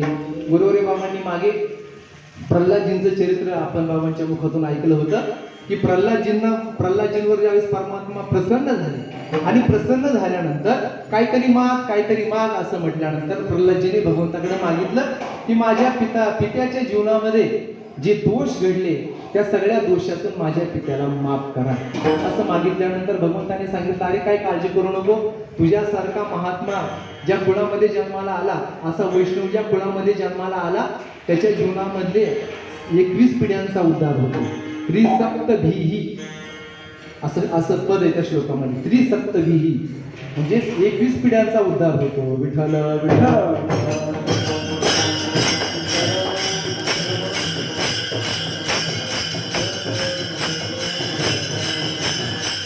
ध्रुव बाळाचं चरित्र पहा. ध्रुव बाळाचं भगवान प्रसन्न झाले आणि ध्रुव बाळाला विमान आल्यानंतर ध्रुव बाळ निघाला, ऊर्ध्व लोकाला निघाला.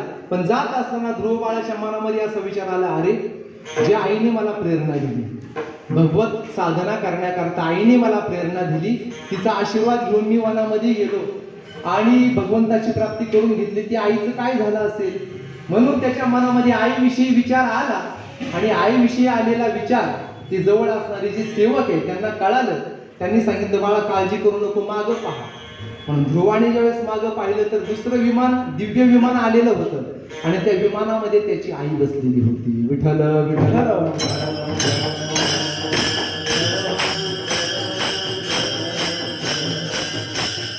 जीवबाळाचाही उद्धार झाला, त्याच्या आईचाही उद्धार झाला, प्रल्हादजींचा उद्धार झाला आणि त्यांच्या 21 पिढ्यांचा उद्धार झाला. भगवंत नाम चिंतन केल्यानंतर एवढं मोठं फळ प्राप्त होतं. एवढं नाही, तुकोबराय तर सांगतात, तुका म्हणे कोटी कुळती तुका म्हणे कोटी कुळती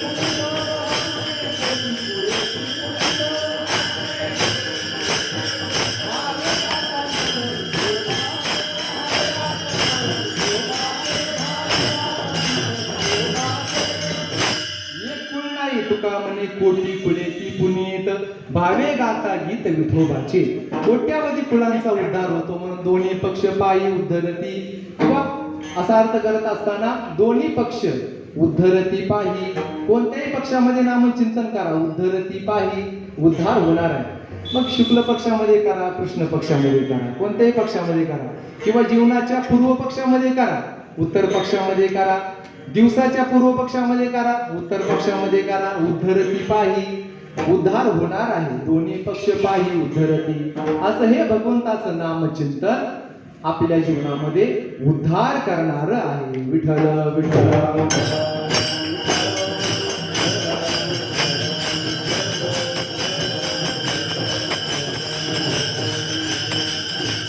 जसं हे भगवंताचं नामचिंतन आपल्या कुळाचा उद्धार करणारा आहे, तसंच नामचिंतन करणारा जो नामधारक आहे त्याच्या जीवनामध्ये असणाऱ्या दोषांची सुद्धा निवृत्ती करण्याचं सामर्थ्य त्या नामामध्ये आहे. ज्ञानोबा दुसऱ्या चरणामध्ये राम कृष्ण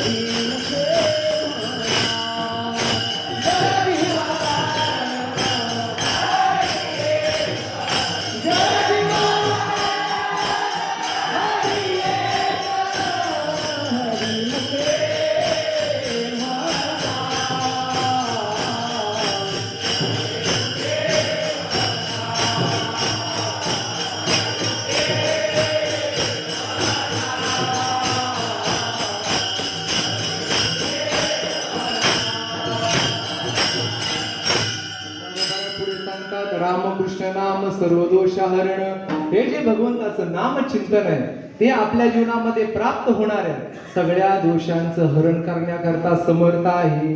जीवनामध्ये प्राप्त झालेले दोष की जया दोषा परिहार नाही नाही धुंदिता शास्त्र, असे अनेक जरी दोष असले त्या सगळ्या दोषांची निवृत्ती करण्याचं सामर्थ्य नामामध्ये आहे. विठ्ठल विठ्ठल.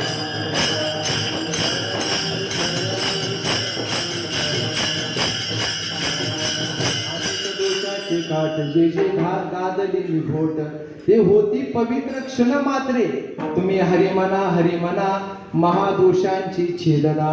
तुकोबराय सांगतात असं हे भगवंताचं नाम आहे. दोषा झाली घे मारी, पळती भरले दिशाचारी, न येती माघारी नाही उरी परताया. असं हे नामामध्ये असणारं सामर्थ्य आहे. सर्व दोष हरण, सर्व शब्दातून जीवनामध्ये घडलेले सगळे दोष, सगळ्या दोषांचं हरण करण्याचं सामर्थ्य नामामध्ये आहे. पण नुसतं दोषाची निवृत्ती करणारं नाम नाही, तर जड जीवा तारण हरी एक, जीवाला तारणार, जीवाचा उद्धार करणार हे नाम आहे. बाकीच्या साधनांचा विचार केला की जी जी साधनं जीवनामध्ये प्राप्त झालेल्या दोषाची निवृत्ती करतात, पण ती साधनं मात्र जीवाचा उद्धार करून देत नाही. काही साधन आहे. आता प्रायश्चित्त कर्म आहे. प्रायश्चित्त हे साधन आहे. हे साधन काय करतं? जीवनामध्ये प्राप्त झालेल्या दोषाची निवृत्ती करतं. पण प्रायश्चित्त साधन उद्धार करून देत नाही.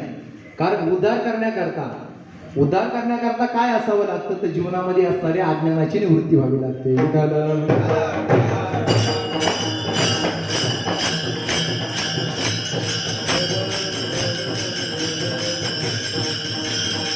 भगवंताचं नामचिंतन असं आहे की दोष निवृत्तीपूर्वक जीवाचा उद्धार करणारं साधन आहे. म्हणून जड जीवा तारण हरी एक. हरी काय करतोय? जीवाला तारणार आहे. या नाम साधनेच्या द्वारे परमात्मा उद्धार करतो किंवा नाम साधनाच त्या नामधारकाचा उद्धार करण्यामध्ये समर्थ आहे. म्हणून या ठिकाणी शब्द वापरत असताना जीवांचा उद्धार या नामाद्वारे होतो किंवा परमात्मा या जीवांचा उद्धार करणार आहे असं म्हटलं नाही. जड जीवा तारण हरी एक असं म्हटलेलं आहे. या ठिकाणी जीवाच्या बाबतीत बोलत असताना ज्ञानोबा म्हणतात जड जीवा, जड असणारा जीव. आता जीव हा जड आहे का असा प्रश्न संभवतो. जड कुणाला म्हणतात? ज्याला स्वतःचंही ज्ञान नाही आणि दुसऱ्याचंही ज्ञान नाही त्याला जड असं म्हणतात. चेतन कुणाला म्हणतात? ज्याला स्वतःचंही ज्ञान आहे आणि दुसऱ्याचंही ज्ञान आहे त्याला चेतन असं म्हणतात. जीव हा जड नाही. वेदांत शास्त्राने जीवाला चेतन मानलेलं आहे, जड मानलेलं नाही. चेतन असणारा हा जो जीव आहे, जीवाची व्याख्या आपल्या सर्वांना माहिती आहे. तर असा असणारा हा जो चेतन जीव आहे तो जीव या ठिकाणी ज्ञानोबा त्याला जड का म्हणतात? तर या जीवाला जड म्हणण्याचं कारण एवढंच आहे, जीव आहे चेतन पण जड असणाऱ्या प्रकृतीशी त्याने केलेलं तादात्म्य, त्या तादात्म्यामुळे त्याला जड रूपता प्राप्त झाली. विठ्ठल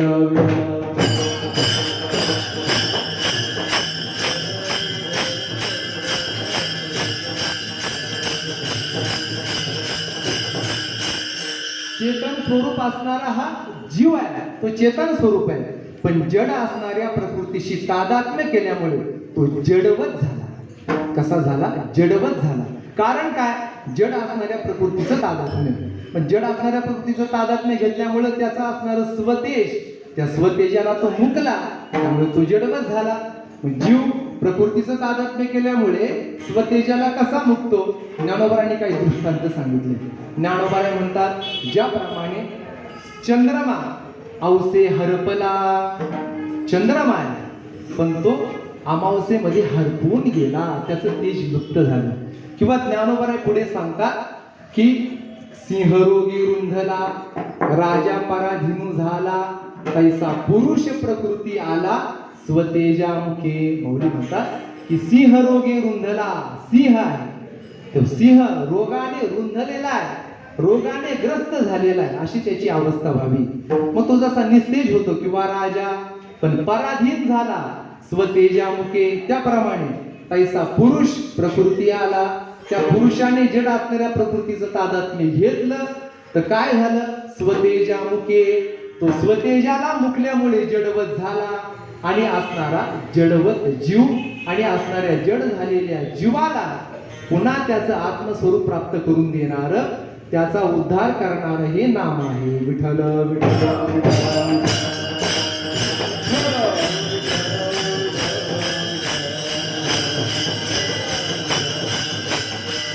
जीवांना तारून नेणारा जड जीवा तारण. ज्ञानोबराय सांगतात हरी एक, एक हरी एक. या ठिकाणी शब्द वापरला एक हरी, एक हरी जड जीवा तारण. एक असणारा हरी तोच या सगळ्या जीवांचा उद्धार करू शकतो. मात्र इतर कोणीही भगवंताशिवाय उद्धार करू शकत नाही. म्हणून तुकोबारांचं प्रमाण आहे, तुझा ऐसा नाही कोणी, जो या काढी भयातुनी, करा म्हणवणी हा विचार ठाईचा. म्हणून एक हरी, एक शब्द आणण्याची व्यावृत्ती करतो, एक परमात्मा या जड झालेल्या जीवाचा उद्धार करून नेण्याकरता समर्थ आहे. हा एक परमात्मा जीवाचा उद्धार करतो. कसा उद्धार करतो? मी आधी सांगितलं की उद्धार करण्याकरता अज्ञानाची निवृत्ती व्हावी लागते. पण अज्ञानाची निवृत्ती करण्याकरता स्वतः परमात्मा त्या भक्ताला ज्ञान प्राप्त करून देतो की नाही? तेषां सततयुक्तानां भजतां प्रीतिपूर्वकं ददामि बुद्धियोगन्तं येन मामुपयान्ति ते. किंवा तेषामेवानुकंपार्थ महमज्ञानजन्तवः नाशयाम्यात्मभावस्तो ज्ञानदीपेन भास्वता. परमात्मा भक्ताचा उद्धार करतो. कसा करतो? स्वतः भगवंताच्या मुखातूनच ऐकूया. 12व्या अध्यायामध्ये बोलत असताना भगवान म्हणतात, तेषामहं समुद्धरता मृत्यू संसार सागरात. तेषामहं समुद्धरता भवामी मृत्यू संसार सागरात. त्यांचा मी उद्धार करणारा होतो. मग कसा उद्धार करतो? त्याच्यावर ज्ञानोबांचं भाष्य पहा. ज्ञानोबाई म्हणतात परमात्मा हा उद्धार करतो. मग पहिल्यापासून सगळ्याच ओवे चिंतनीय आहे. किंबहुना धनुर्धरा जो मातेची या उदरा तो मातेचा सोयरा केतुला पा तेवी मी तया जैसी असती तैसिया कळिकाळ मोकुनिया घेतला पटा. भक्ता काय संसाराची चिंता काय समर्थाची कांता पोरांनो मागे तैसे कलत रे जाणचे तयाची लाटी झळमती या सुशी ते कोणी पोटी ऐसे माझे कवनाचे धातू नुपजे एक जरी की माझे भीती हन मेळावा त्यांची गावा धावत वालो नामाची या सहस्रवरी नावाई या उधारी सजून या संसारी तारू झालो कडे जे देखिले ध्याना कासे लागले परिगरी घातले तरियावरी प्रेमाची पेटी बांधले काच्या पोटी बघा आले तकी सायुज्याची वैकुंठीची राणी योग्य केले म्हणून एका भक्ता नाही काही चिंता तयाचे समुद्रता अति मी सदा विठ्ठल.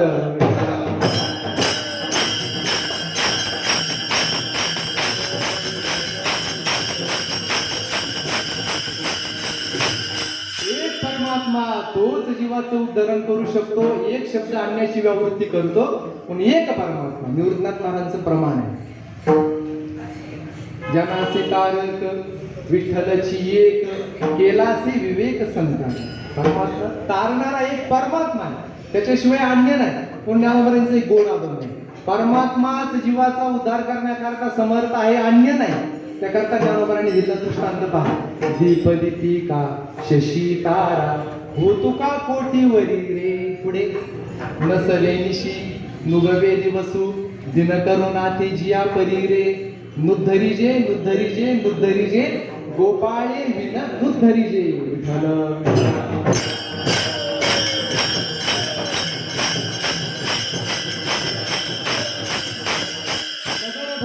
जन्म जाओ परिप्रवेश एका द्वारे रे. ज्ञानोबांनी अनेक दृष्टांत देऊन सांगितलं की परमात्माच उद्धार करण्याकरता समर्थ आहे. म्हणून जड जीवा तारण हरी एक परमात्मा तो या जडवत झालेल्या जीवाचा उद्धार करणारा होतो. विठ्ठल विठ्ठल.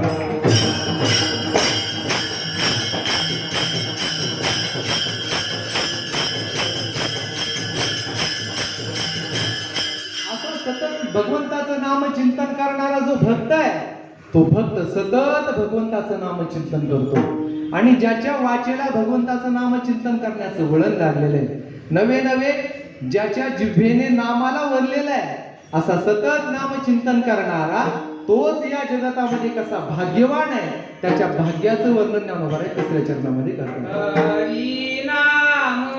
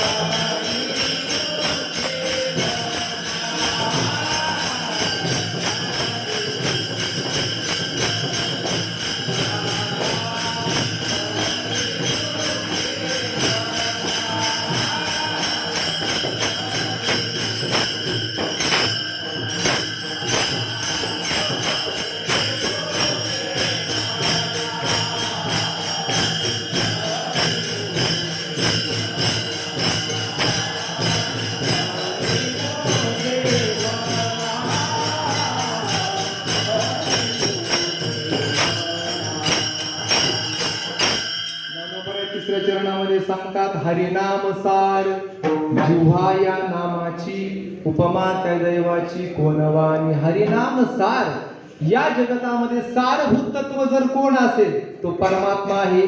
फलकट तो संसार, येथे सार भगवंत आणि परमात्मा सार आहे आणि परमात्म्याचं नाम सार आहे. विठ्ठल विठ्ठल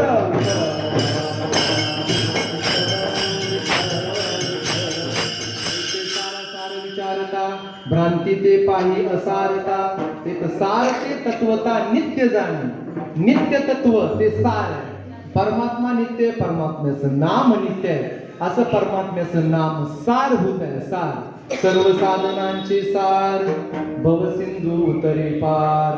नाम साराचे ही सार, शरणागत यम किंकर. सार सार सार विठोबा नाम तुझे सार. असं भगवंताचं नाम सारभूत आहे. त्रिगुणासार, निर्गुण हे सार. सारासार विचार हरिपाठ. असं भगवंताचं नाम सारासार विचार करा उठा उठी. आणि असा विचार करून सारभूत असणारं नाम दराकंठी विठोबाचे. असं हे भगवंताचं तुका म्हणे ऐसा आहे श्रेष्ठाचार. नाम हेची सार विठोबाचे. विठ्ठल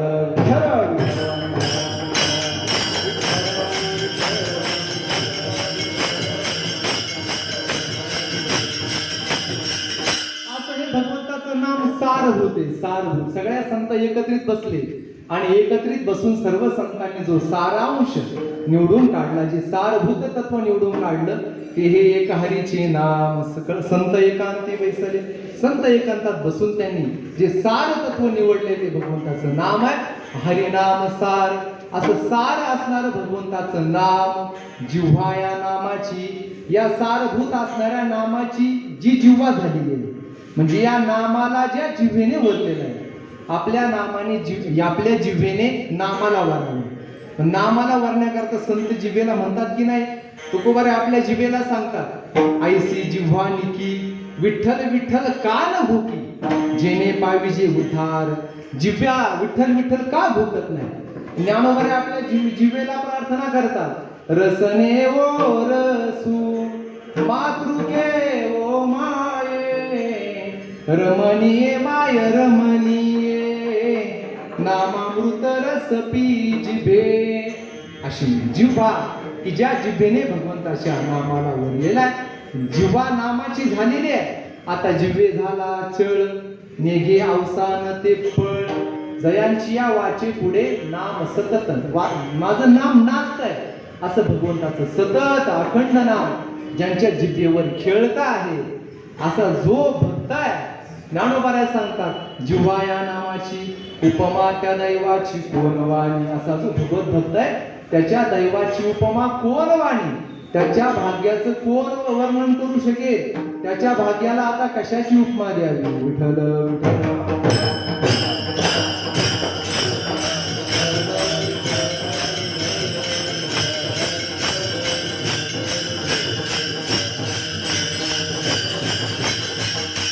इंद्राच्या भाग्याची उपमा नाही, कोणत्याही देवांच्या भाग्याची उपमा देता येत नाही, कारण ती सगळी भाग्य क्षयातिक्षय दोषाने युक्त आहे. हे भाग्य कसं आहे. ज्ञानोबारांनी भाग्याची व्याख्या दैवाची व्याख्या केली. दैव कशाला म्हणतात. परिदैव जैसे कौतिके ते हीच दैन्य न देखील. जिथं ज्या भाग्यामध्ये कोणत्याही प्रकारची दीनता नाही त्याला दैव म्हणावं, ते भाग्य म्हणावं. आणि अशा भाग्याने हे संपन्न आहे म्हणून यांच्या भाग्याला कशाचीही उपमा देता येत नाही. सगळी भाग्य या भाग्यावरून कुरवंडी करून टाकावी. आणि कती भाग्ये येथे कुरवंडी करून या सांडी इंद्र आईसे. विठ्ठल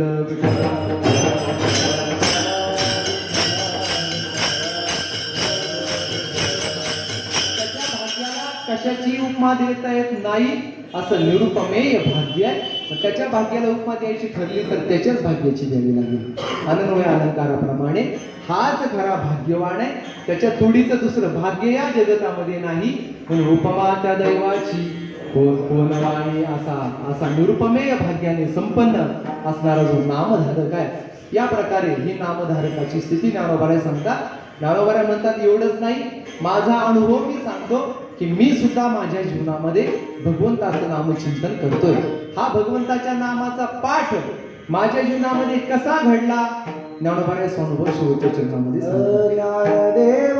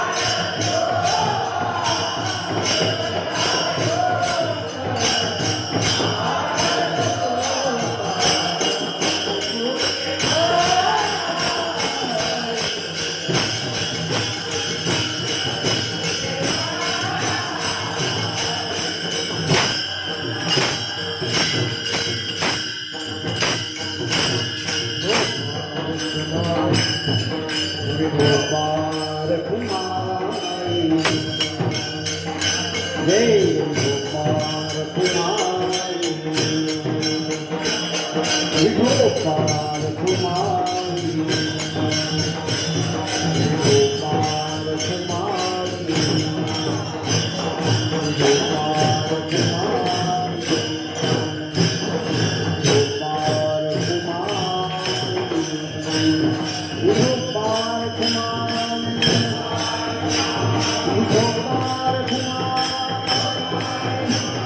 गोपाल कुमारी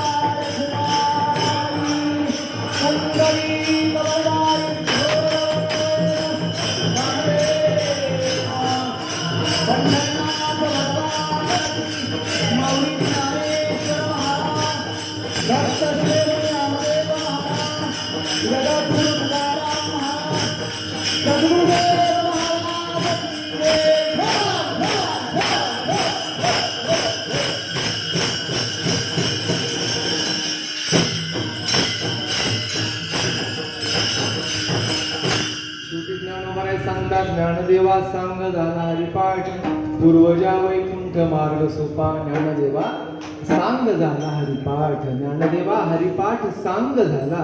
हा जो हरीचा पाठ आहे तो जीवनामध्ये घडायला हवा. तो हरीचा पाठ माझ्या जीवनामध्ये सांग घडलेला आहे. सांग म्हणजे परिपूर्ण घडलेला आहे असं ज्ञानोबा या ठिकाणी सांगतात. आता सांगे असा पाठ नाही तर सांग. सांग म्हणजे परिपूर्ण झाला. परिपूर्ण झाला म्हणजे काय तर सांग सांग स अंग. हा हरीचा पाठ माझ्या अंगासह एकरूप झालाय.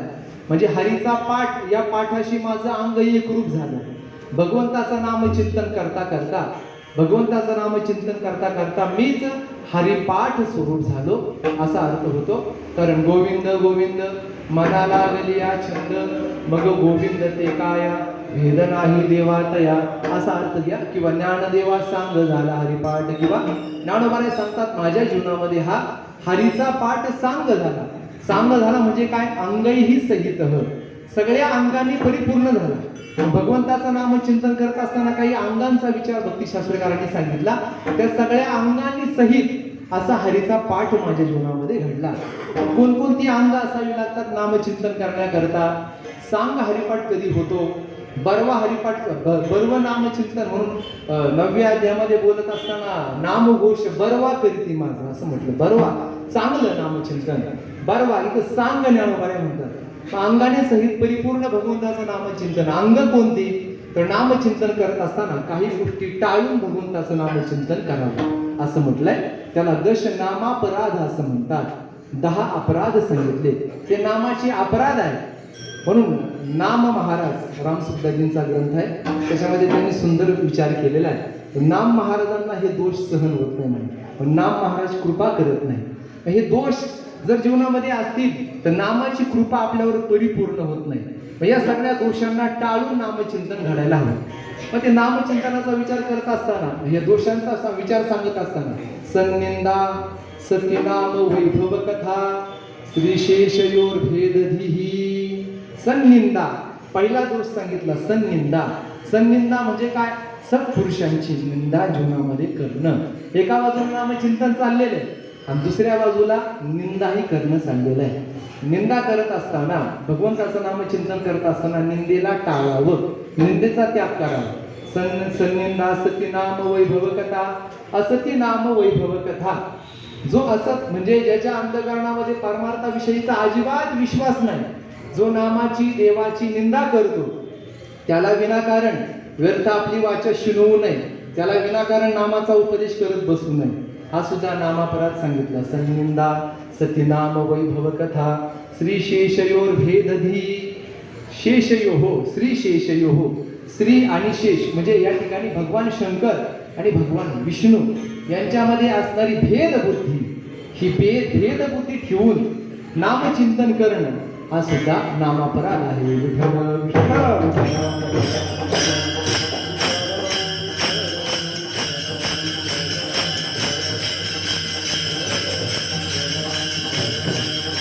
पुढे सांगितलं अश्रद्धा श्रुतिशास्त्र दैशिक गिरा नाम्यर्थवाद भ्रमः.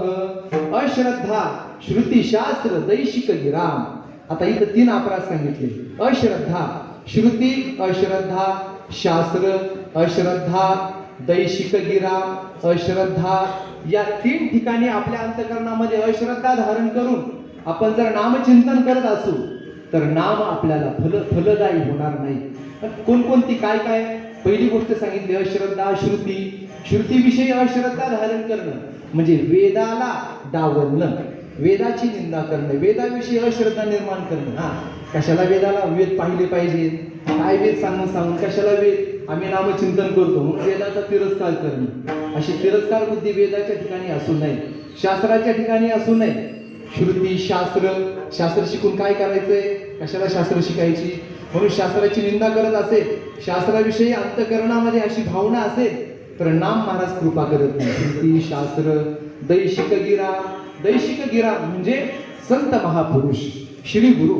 या श्री गुरूंच्या आज्ञेचं उल्लंघन करत असेल, एखादा म्हणत असेल मी नामचिंतन करतोय, मला कशाला संतांची सेवा करायला लागते, संत सेवा मला करायची गरज नाही, किंवा महापुरुषांचं वचन उल्लंघन केलं तरी चालेल, महापुरुषांची आज्ञा पालन करण्याचं मला काय काम राहिलंय? आता मी नामचिंतन करतो, नामाने सगळं होणार आहे. नामाच्या आश्रित राहून जर या सगळ्यांविषयी अश्रद्धा निर्माण होत असेल तर मात्र हा अपराधच आहे. विठ्ठल विठ्ठल विठ्ठल.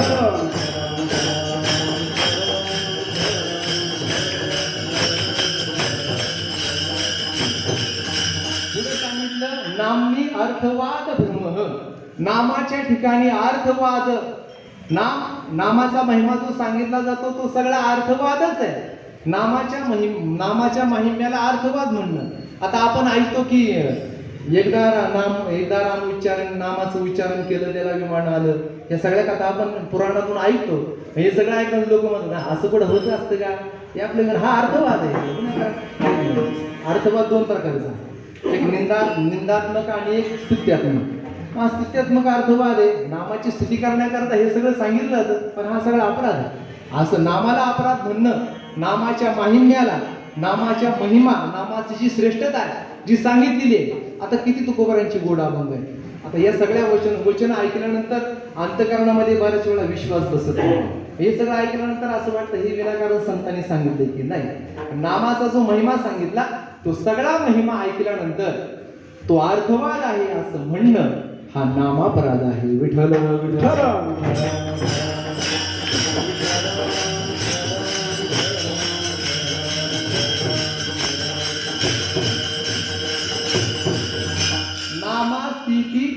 निषिद्ध विहित त्यागो साम्यमच धर्मांतरही. पुढे सांगितलं नामास्थिती निषिद्ध विहित त्यागो. एखादा म्हणतो मी नामचिंतन करतो, नामाचा आश्रय करून विहित कर्माचा त्याग करणं आणि निषिद्ध कर्माचं आचरण करणं हे 2 नामापराध सांगितले. एखादा म्हणतो मी नामचिंतन करतो, बाकीच्या गोष्टी करायची काय आवश्यकता आहे मला, कशाला नित्य नेम. विहित कर्माचा त्याग करतो, कशाला वारी करायची, विहित कर्माचा त्याग करतो, नामाचा आश्रय करून विहित कर्माचा त्याग करणं हा नामापराध सांगितला. आणि पुढे सांगितलं की निश्चित कर्माचं आचरण करतो, नामास्थिती निश्चित कर्म करतो. बऱ्याच वेळा लोक पाप करतात, लोक म्हणतात घडलं तर घडलं पाप.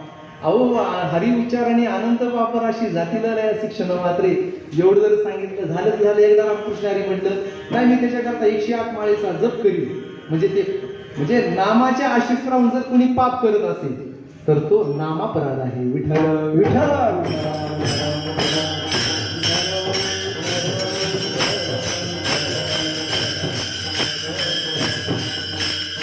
नाम महाराज त्याच्यावर कृपा करत नाही त्यांनी सांगितलं. आणि मग पुढे साम्यमच्या धर्मांतरे ही इतर जी साधन आहे, नामाच्या व्यतिरिक्त इतर जी साधन आहे त्या साधनांची नामाची तुलना करणे.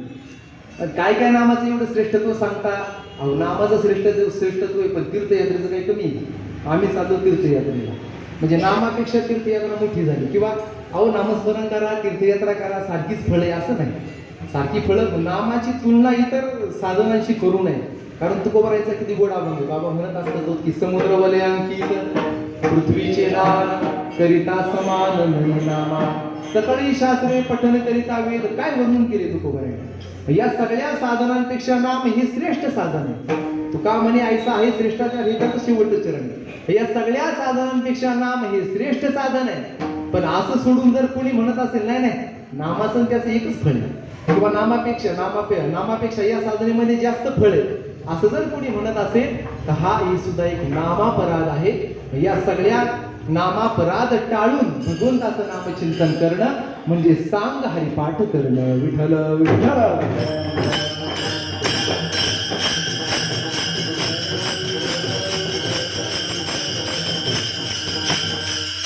स्वामीजींनी एक दोहा दिलाय. राम नाम तो सब कुछ कहे दशरुत कहे ना कोय.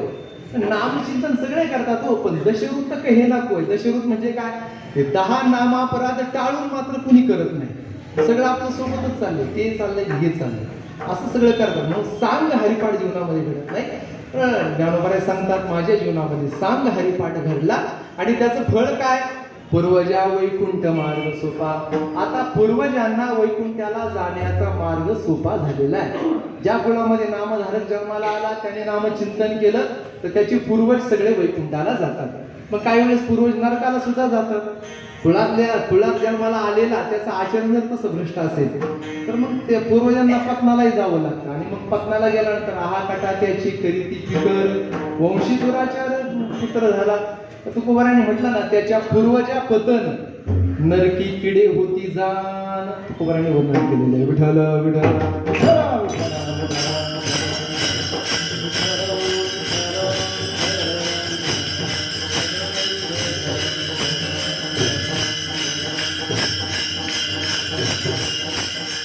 नामदेवांचा अभंग आहे ना, मुंगी व्याली शिंगी झाली त्याचं शेवटचं चरण आहे. नामा म्हणे ऐका त्याची ख्याती, विष्णुदास नामा म्हणे ऐका त्याची ख्याती, लटके म्हणतील त्याचे पूर्वजनार काय जाती तशी पूर्वजनार. किंवा तुकोबारांनी म्हटलं की तुका म्हणे गेले गुरुत्व उखाडी. आता त्या गुरुमार्गामुळे भ्रष्ट झाली कळी, ते गुरुत्वाचा निषेध केले जे अभंग आहे त्याच्यामध्ये महाराजांचं म्हणणं आहे. महाराज म्हणतात तुका म्हणे गेले गुरुत्व गुखाडी पूर्वजासी धाडी नरकवासा. पूर्वजांना भ्रष्ट आचरण घडलं तर पूर्वजांना नरकात जावं लागतं.